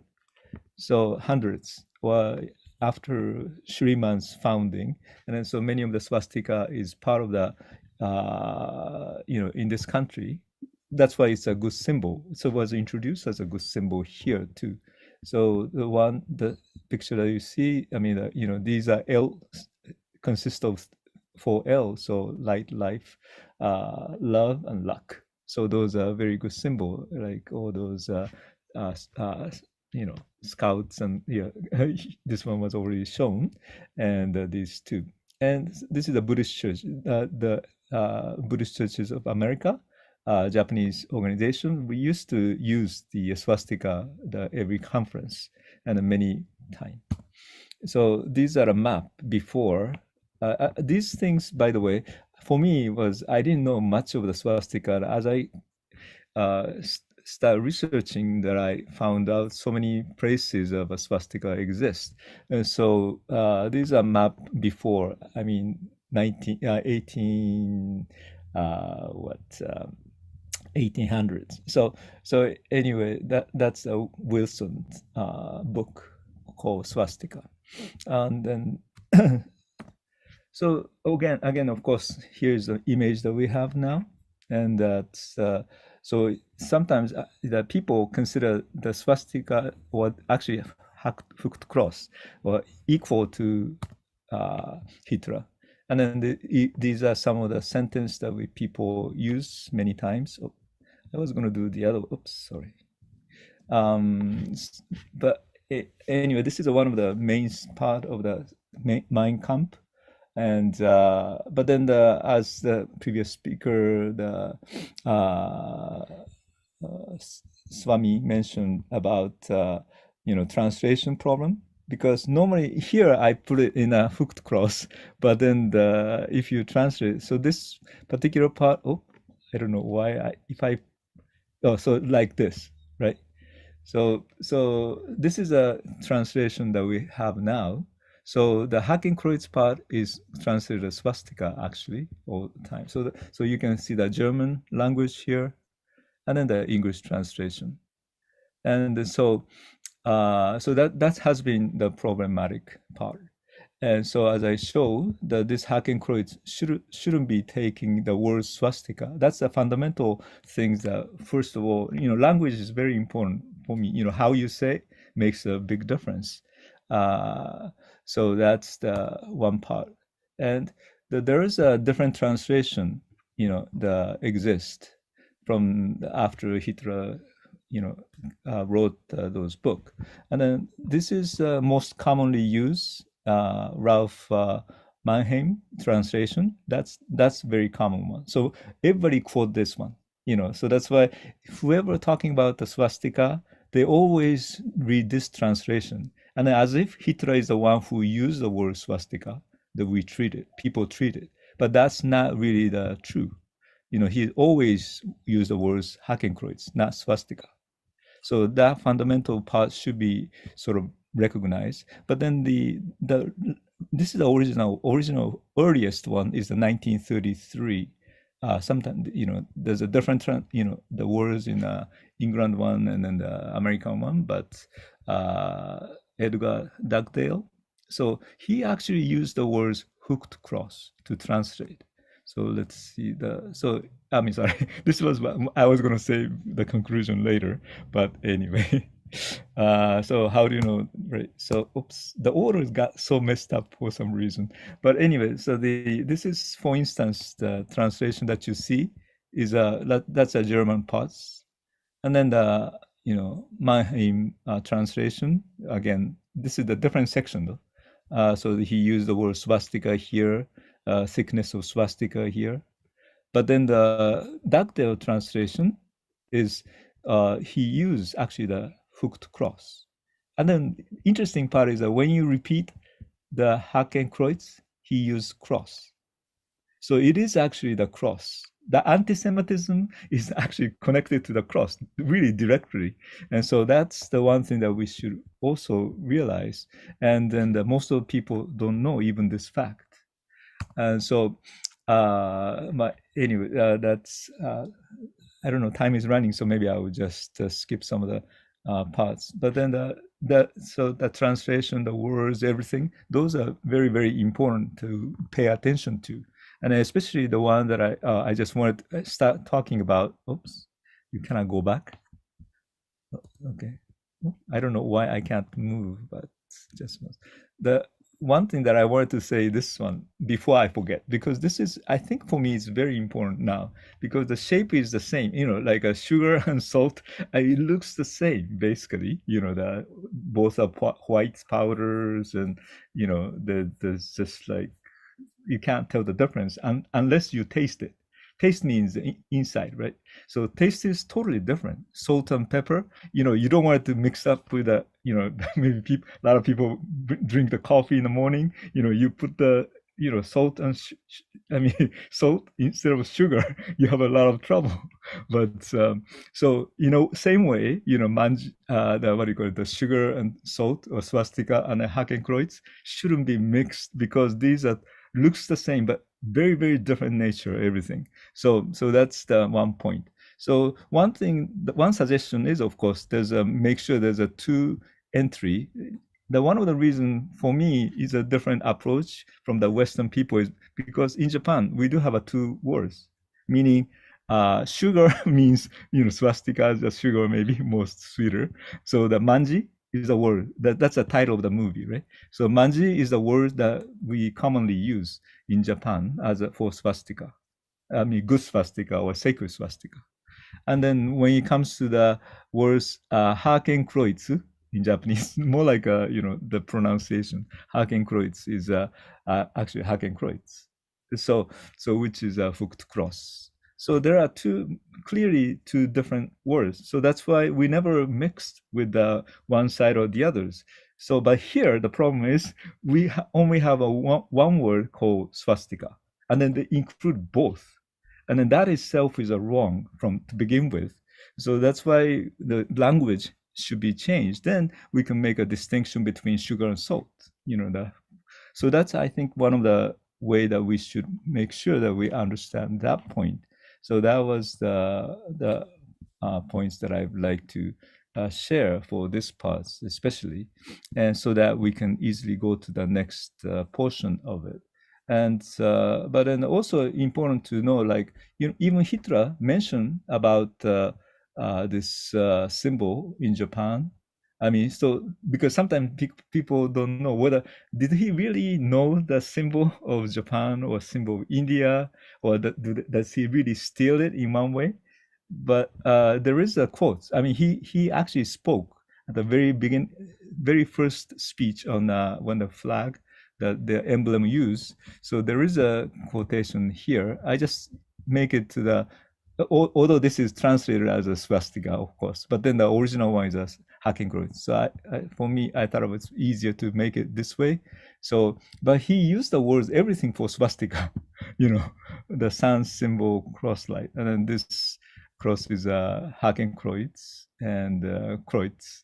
So the Japan, India, right? So it's all used as a word Hakenkreuz. So definitely he doesn't like, or even we don't know whether he knew the word swastika. Like the opposite way, the present situation right now in America, right now, only swastika is a language, right? Maybe for the Hitler, maybe Hakenkreuz is the only language he knows. Maybe, I don't know. These are some of the questions that we can have. But definitely he knew what the swastika or the Hakenkreuz was used for. And then so, but then that's why he really adapted or utilized those symbols. So some of the things are facts that I'd like to say. I mean, this is I'm going to finish it. So, and then also education part is one thing I just wanted to mention, the Hindu Jewish conference. Some people mentioned a little bit, but these are exactly the words that they said. But of course, there are some things different, because swastika at that time when they're talking about, they don't have any distinction between swastika and then the Hakenkreuz. So they just use the word swastika, but that's our V they use, I mean, instead of W. But maybe sometimes people wanted to make a difference between swastika or swastika. So, but anyway, so these are some of the statement. But then the things what happened is after this statement is done, but then we never have any educational process happening. So hopefully, I finished my book finally, and then after 10 years, at least the book is finished, and at least there's movies here, and we can get together for all of us. And so that's very good. I mean, moving forward, I believe anything, whatever is happening, in my mind, this is very much moving fast to actually moving pretty well. Because, but then one thing is, I think it takes time to change their mind, especially, the understanding, the brain is one thing, but then how you understand physically, the feeling itself is very difficult. So, but then it can be done, right?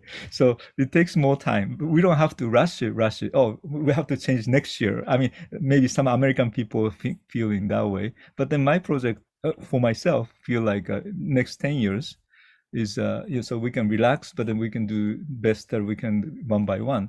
But if we move fast, and then at that time maybe you can just ride on too, of course, there's a rhythm. So it doesn't have to be slow, but then if the rhythm is going, the nice wave comes, then we should ride on a wave. But then if it doesn't, then we should keep, steady, and then but steadily we can develop the spread education and all the dialogues and so forth that we have. And so I think that's enough, right? Sorry, I couldn't watch the time, so Yep, that's fine. You're okay, good to go. great. Thank Thanks. you. Thank you, Doctor. Now I hand over to Nikunj Bhai, who is the founder and the full force of Kohana, bringing all of us together to talk on this very important topic, working tirelessly with sleepless nights and tireless days. Welcome, Nikunj Bhai, to talk on the recent bills on hate crimes.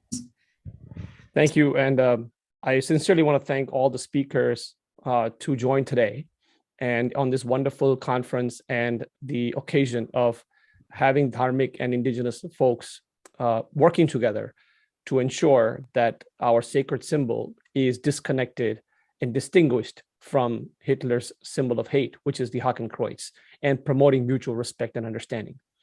What I would like to do in the next few minutes is to kind of talk about some of the recent bills that have been proposed and some of the background and history about where this issue of Hakenkreuz and swastika came from.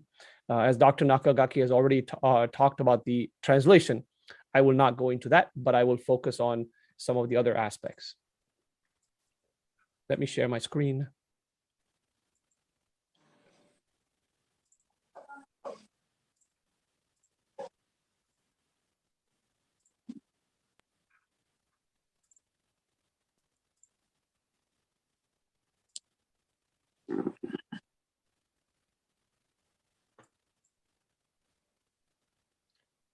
So as some of you may know, California has been recently evaluating a bill called AB 2282, which will have the word swastika in there as a symbol of hate.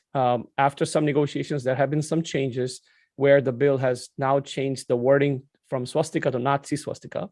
However, as Kona and many other Hindu, Buddhist, and Jain organizations, we still find this problematic and why this wrongfully impacts these communities. So my presentation will cover some of that aspect and other aspects of the swastika versus Hakenkreuz. A lot of people are confused about the bill, so I wanted to kind of put out this is the version that has been amended. As you can see, while the version was amended, it still has the word swastika in the title as a symbol of terror. So you can see hate crimes, nooses, crosses, and swastikas, swastika being used in the context of terror. So the idea here is while it changes the word swastika to the Nazi swastika in the next few, in the body of the bill, as you can see Sorry, here. Nikunji. Yes.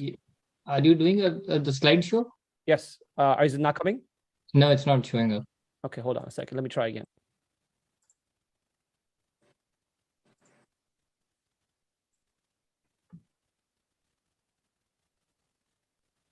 Please let me know if this is, can you see it now? It's coming up. Just hold on. Yeah, it's taking a little while.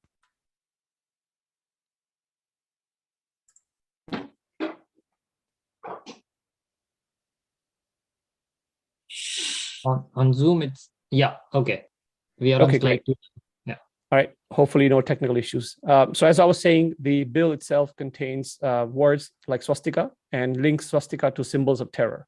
After some negotiations, there were some amendments. However, it still uses the word Nazi swastika, as I have highlighted in yellow. The problem with that is that it actually distinguishes between something called a good swastika and a bad swastika by continuing the use of the word Nazi swastika and linking it to the ancient swastika, as they say it. So it incorrectly refers to the symbol of the Nazi party as the Nazi swastika. So this is the first issue that we face. So what are we really looking at this, right? While the intention is good to combat hate and intolerance and create an inclusive and mutually respectful society, we stand with our Jewish and African-American communities and other vulnerable communities who have been subject to this hate and bigotry throughout the years.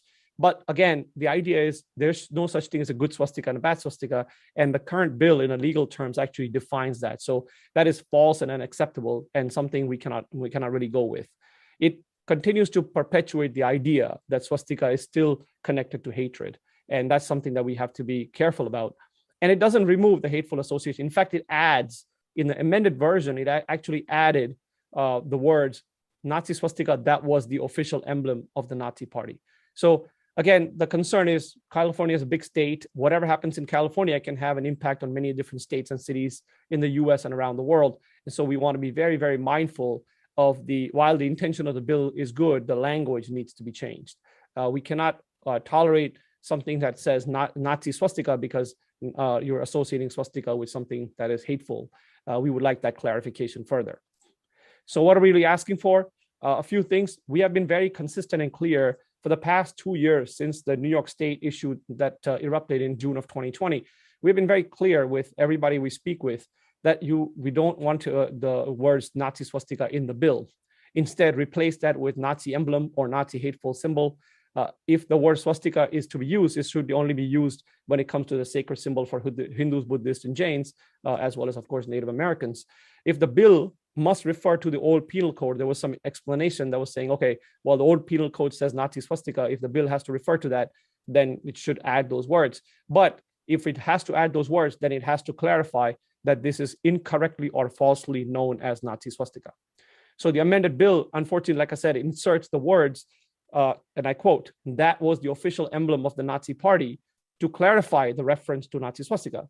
So naturally, it can clarify things even further by adding just 3 words, right? Incorrectly or falsely known as swastika. Just those words, incorrectly or falsely known, will further clarify. This is a very simple demand that our groups are asking from the California legislators.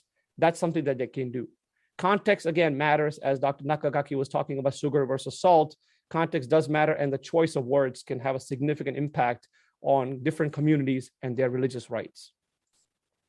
Did Hitler ever use the word swastika? Again, Dr. Nakagaki already talked about this. Swastika is not a German word. Only word that has been used by Hitler or the Nazi party has been Hakenkreuz. Swastika is only used for the ones that have been speaking Sanskrit, or the religions that have come from the Indian subcontinent, Hinduism, Buddhism, Jainism. It's really the Hakenkreuz that has brought death and destruction, and not really the sacred swastika. There are many different words in the German language that use the word Haken or Kreuz or cross, which I will show in a bit. And therefore, there is no such thing as Nazi swastika. There is, however, such a thing as a Nazi hooked cross, as you can see in some of the pictures on the right side, but also as Dr. Nakagaki had mentioned about it. There's also research that talks about how Hitler actually referred to this idea of the Aryan Christ and Christianity to repeatedly arouse Germany, which is a devout Christian country. So why would a foreign symbol be used by someone local to arouse local sentiments? Here are some words that are in the German language that refer to this idea of Kreuz. Christenkreuz, which is Christian cross, Hakenkreuz, hooked cross, Ritterkreuz, Knight's cross, Balkenkreuz, beam cross, Wilkenkreuz, angled cross, Krummkreuz, crooked cross. Where is swastika? It doesn't exist.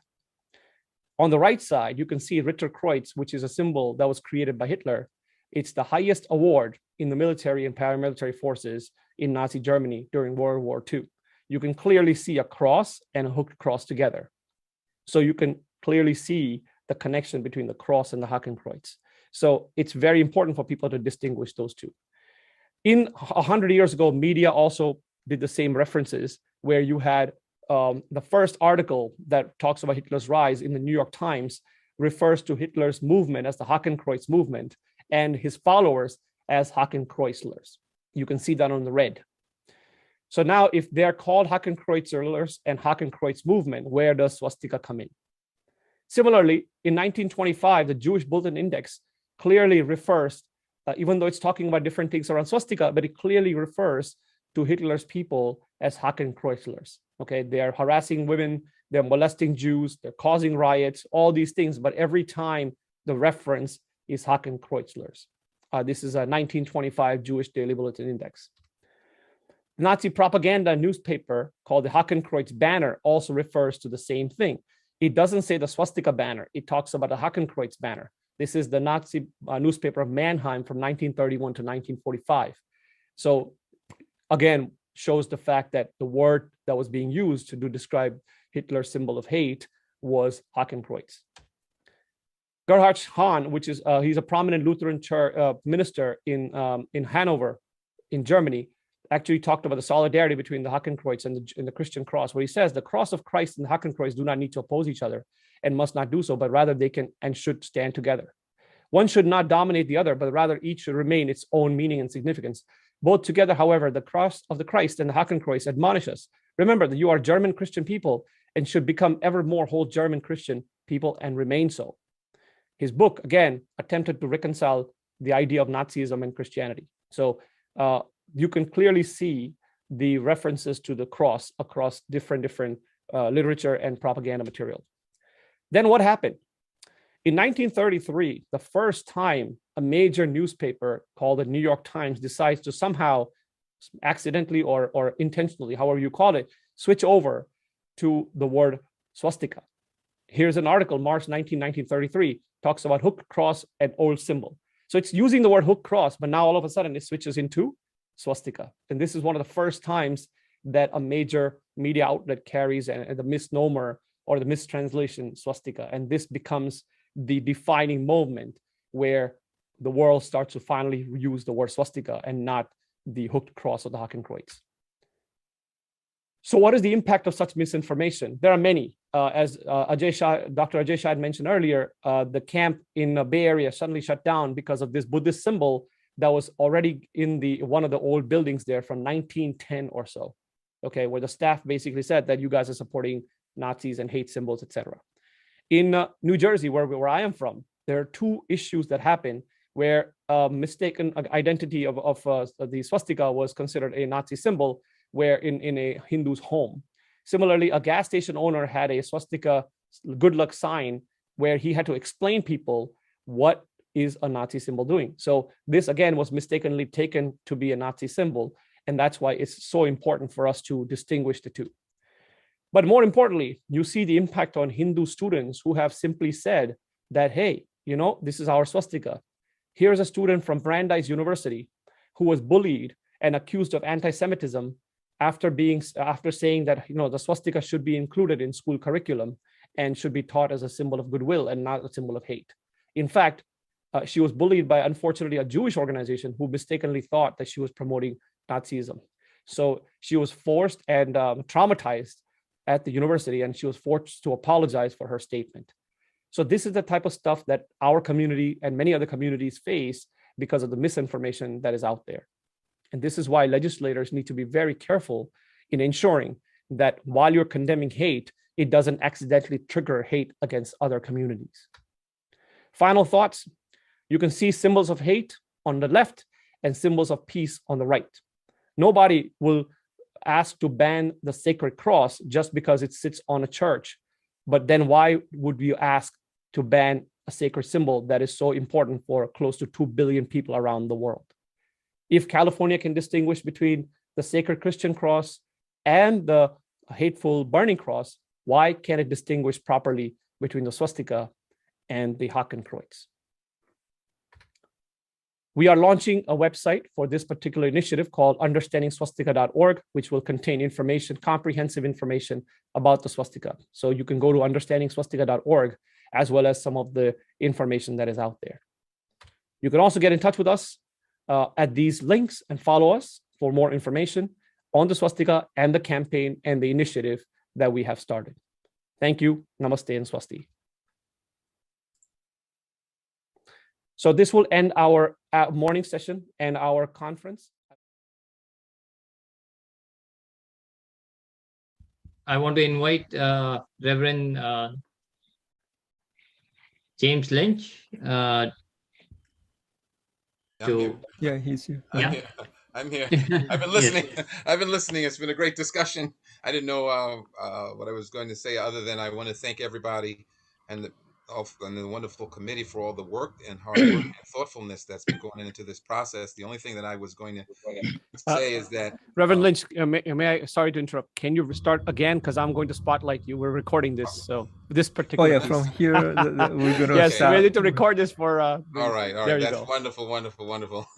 Thank you, everybody. Thank you for all being here. Again, my name is James Lynch. I'm the current president of the Buddhist Council of New York, and we're extremely grateful to co-sponsor this with members of the Swastika Awareness Committee.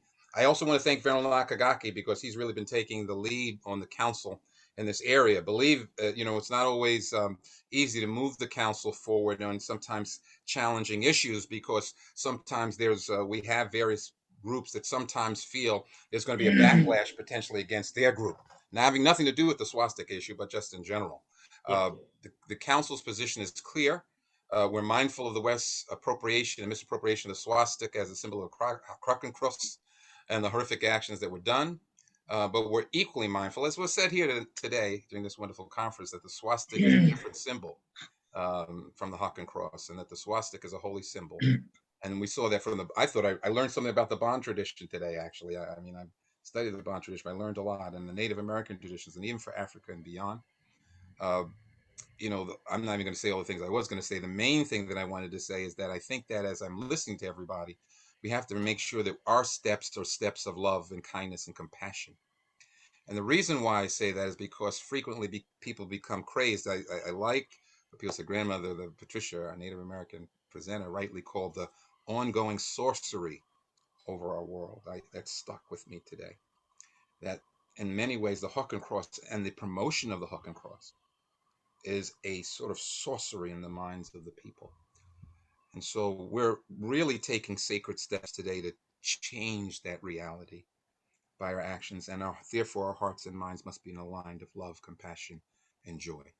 So what we're doing is really a chance to reimagine. I know you didn't like the word before, but reimagine and not reclaim the swastika, but to re-elevate it for many people who now are under a misapplication, a misapprehension of what the swastika means and its sacred origins are. So in a way, my final words with this was that we can transform even the suffering around this difficult issue concerning the swastika so that our world can become a heavenly paradise on earth, and that can become a living reality, and it begins today. Thank you so much, everybody. Thank you very much, Reverend Lynch. Those were very nice words. So, next, I want to invite Reverend Dr. T.K. Nakagaki for closing remarks. Okay. Sorry. Thank you. I think I don't have any words other than really thankful for everyone to join us today, and so we would like to really encourage people to get together and then maybe continue for this important mission that we have, and keep our mind as though I think for Buddhists, for me, as always, I need to have like wisdom and then also compassion. So really need to have that ideas, and also always thinking of this is not just creating some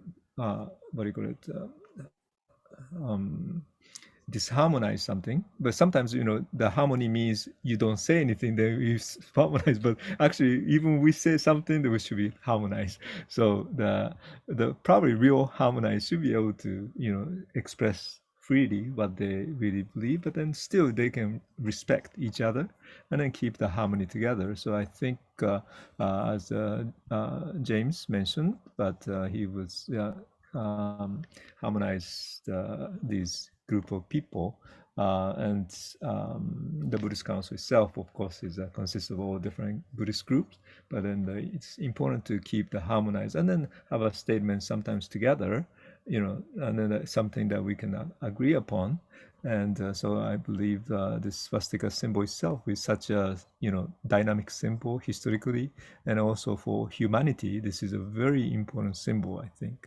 So it's not just a symbol, but this is really the symbol of the human society and then this universe right? So that's why I think it's we have a good important mission that we are working on. So I hope we can continue to work together and find a way to bring the awareness for many people in the West, and then also East too. So that's all. So thank you everyone again. Thank you. Bye bye. Thank you. Next, I want to invite Deepti Mahajanji from VHPA and Hindu Flag for some closing remarks. Please go ahead.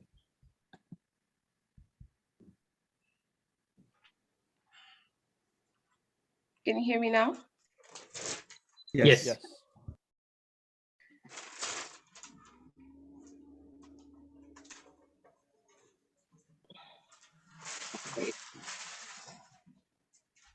So Namaskar, Hari Om, and Swasti everyone. I would like to conclude today's call in a few minutes. Swastika is a universal symbol of well-being of humankind, a symbol that reminds us of our duties, our worldly responsibilities, salvation, and oneness with Supreme Being, with love, trust, belief, and ultimate surrender. Throughout our presentation today, our esteemed speakers have illuminated us at how swastika is associated with purity, peace, spirituality, enlightenment. With a documented history of thousands of years of bringing auspiciousness to Dharmic traditions, including those of Hindus, Jains, Buddhists, and Sikhs, and also in cultures and traditions in North and South America, Africa, Asia, and Europe. Any vilification of our sacred swastika is denigrating to the followers of all Dharmic communities and indigenous people worldwide. The oldest identified pattern of swastika goes back more than 15,000 years ago.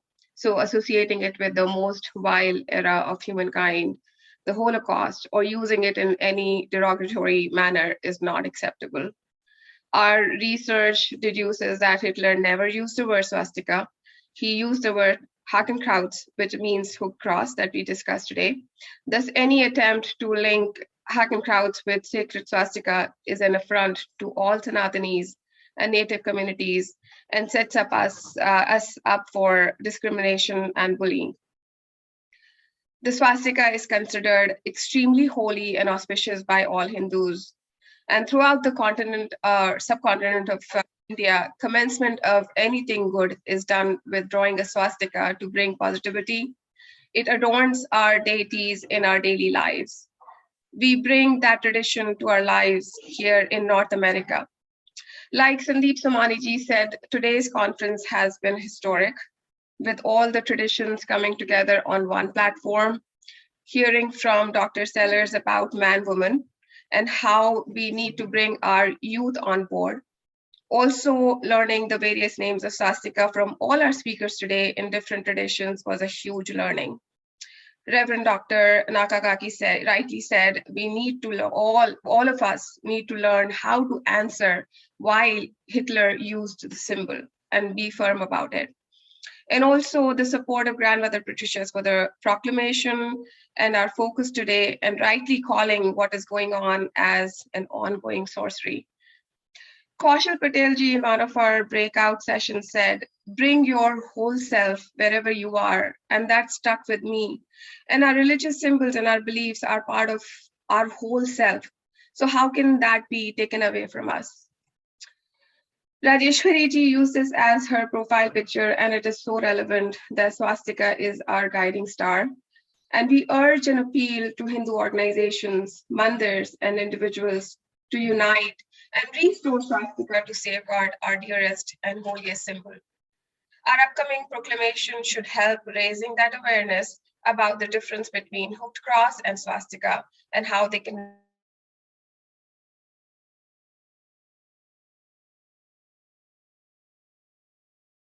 symbol of kindness. And like Nikunj said, now that we have a common understanding, we need to march forward together.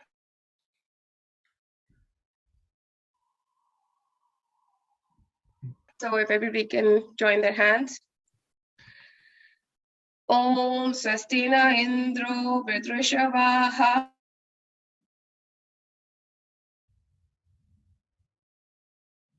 Ami Swastino Brahmaspatir Dadhatu Om Shanti Shanti Shanti.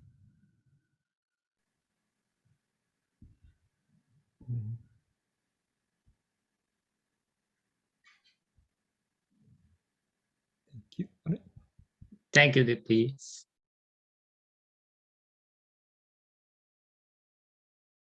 Yeah, so Guruji, yes, thank you for joining us. We are doing the closing prayers, so see you next. Prayer, right? Yes, that'll be fine.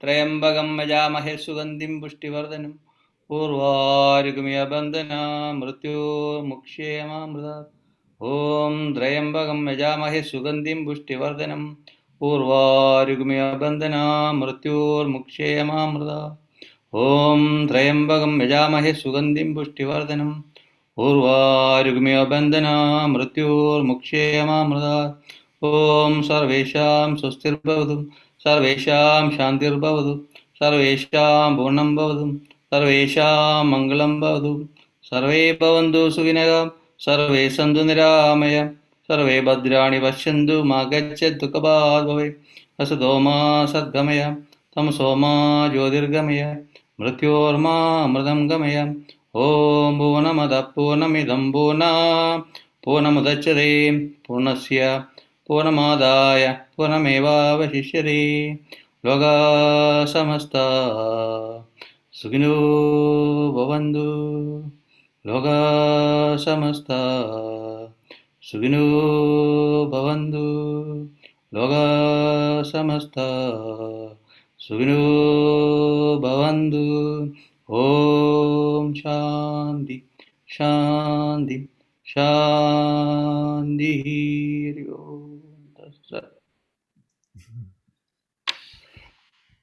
Namaste everyone. It was great to see all the NGOs coming together to protect our rights.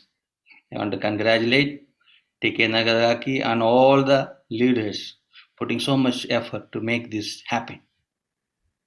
So may God bless us and strengthen us to build up our community as one global community under God to protect the Hinduism and the teachings. Thank you everyone. Thank you very much. Venerable Sannapalaji, thank you for joining us. Please go ahead. So Venerable Bhante Sannapalaji is an urban Buddhist monk and global mindfulness meditation teacher and founder and president of Canada, Mindful and Kind Nation. He has received numerous awards, including Canadian Charter of Rights and Freedoms from the Government of Canada and recipient of the Spirit Award from the Government of Ontario. So thank you for joining us, and please continue with the closing prayers. Right. Thank you so much for. I hope you can hear me. Okay. Yes, we can hear you. Thank you so much for the kind introduction, and I'm very grateful to Reverend Dr. Nakagaki for inviting me to be part of this great conference on Swastika. And I think it's a great beginning.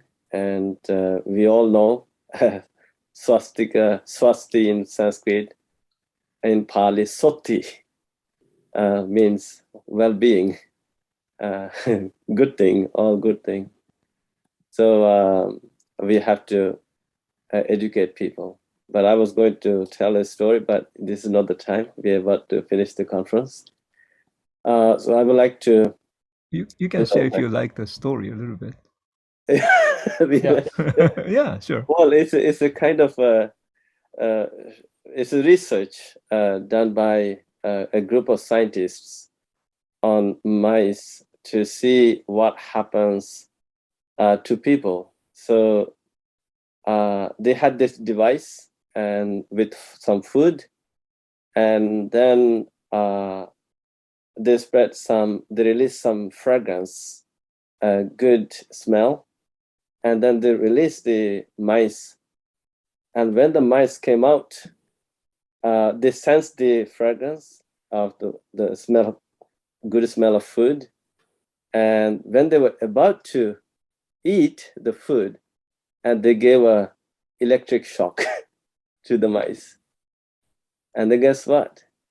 After that, although the scientists gave the food with this good smell, the mice never came out. So what it means, we had a good symbol with a great meaning of swastika. Here is this guy using this swastika symbol for wrong thing, and with violence and hate and anger. And after that, see now what happened to next generations. The people think the swastika symbol is a symbol of hate and anger for bad things, but it is not a bad thing. I think we all have to go back to the root and talk about it, and we need to educate people. This is what we are doing. I have a global mission to call every country a mindful and kind nation. I started with Canada. So we are being mindful of swastika, and we also want to be kind. And so it is based on the kindfulness. We practice kindfulness in 2 steps. Be mindful to be kind to yourself, and be mindful to be kind to others. I believe swastika is also connected to this teaching. So that's why I have shown a great interest in this swastika conference. So thank you for the invitation. Now I would like to do a little prayer in Pali. Bhavatu sabba mangalang rakhantu sabba devata sabba buddhanubhavena sada sotti bhavantu te. Bhavatu sabba mangalang rakhantu sabba devata sabba dhammanubhavena sada sotti bhavantu te. Bhavatu sabba mangalang rakhantu sabba devata sabba sanghanubhavena sada sotti bhavantu te. Dukkha patta cha nidukkha bhaya patta cha nibhaya soka patta cha nisoka hontu sabbe pipanino. May all good fortunes be with you. May Deva celestial beings continue to protect you. May all the happiness, well-being be upon you. Those who are suffering, may they become free from suffering. Those who are living in fear, may they become free from fear. Those who are grief-stricken, may they become free from grief. May all sentient beings be happy. May all sentient beings be happy. May all sentient beings be happy. Thank you so much. Thank you very much. That was wonderful. It really humbles me that through this campaign and this effort, I have come across and had the opportunity to meet all of you great yogis, saints, and leaders of the community. So thank you for your efforts. Yeah, I would like to take a moment and just kind of thank everyone for joining. Essentially, this was a wonderful day where a lot of us came together to discuss the sacred symbol that is so dear to all of us and our traditions across the world. For thousands of years, over 10,000, as we said, over 2 billion people have been using the symbol as a symbol of sacredness, auspiciousness, peace, well-being, prosperity. And we are here today to make sure that this sacred symbol is distinguished from the Nazi symbol of hate, which is the Hakenkreuz or the hooked cross. So today's efforts are the first historic step to ensure that we have a continuous campaign that ensures proper education and awareness of our sacred traditions, and ensure that people in the world don't necessarily associate this with hate, but actually associate this with something that is auspicious, peaceful, and sacred, while condemning the right symbol of hate, which is the Nazi Hakenkreuz or the hooked cross. I want to thank all the speakers, all the attendees for this event. It would not have been possible without our volunteers who tirelessly worked in the background to make sure that the conference is successful. Those who developed the website, those who have been making sure that the Zoom recordings go smoothly. So I want to acknowledge those efforts without which these would not have been possible. This is our first step to a larger initiative. And I want to invite all of those who have not joined today, all the different organizations who would like to participate in this campaign. You can find more information on understandingswastika.org. You can contact us from there and join our campaigns. Over the next few days, we will be posting some of these clippings as well as additional information.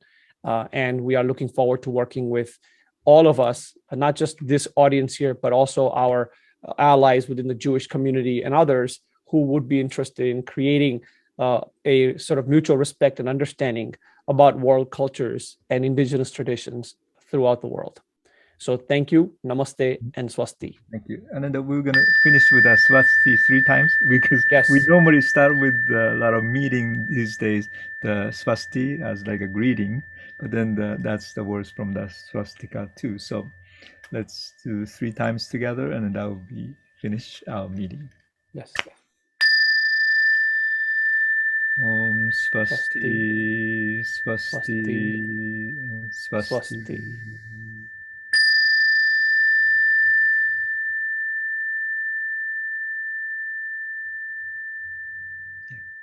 Thank you.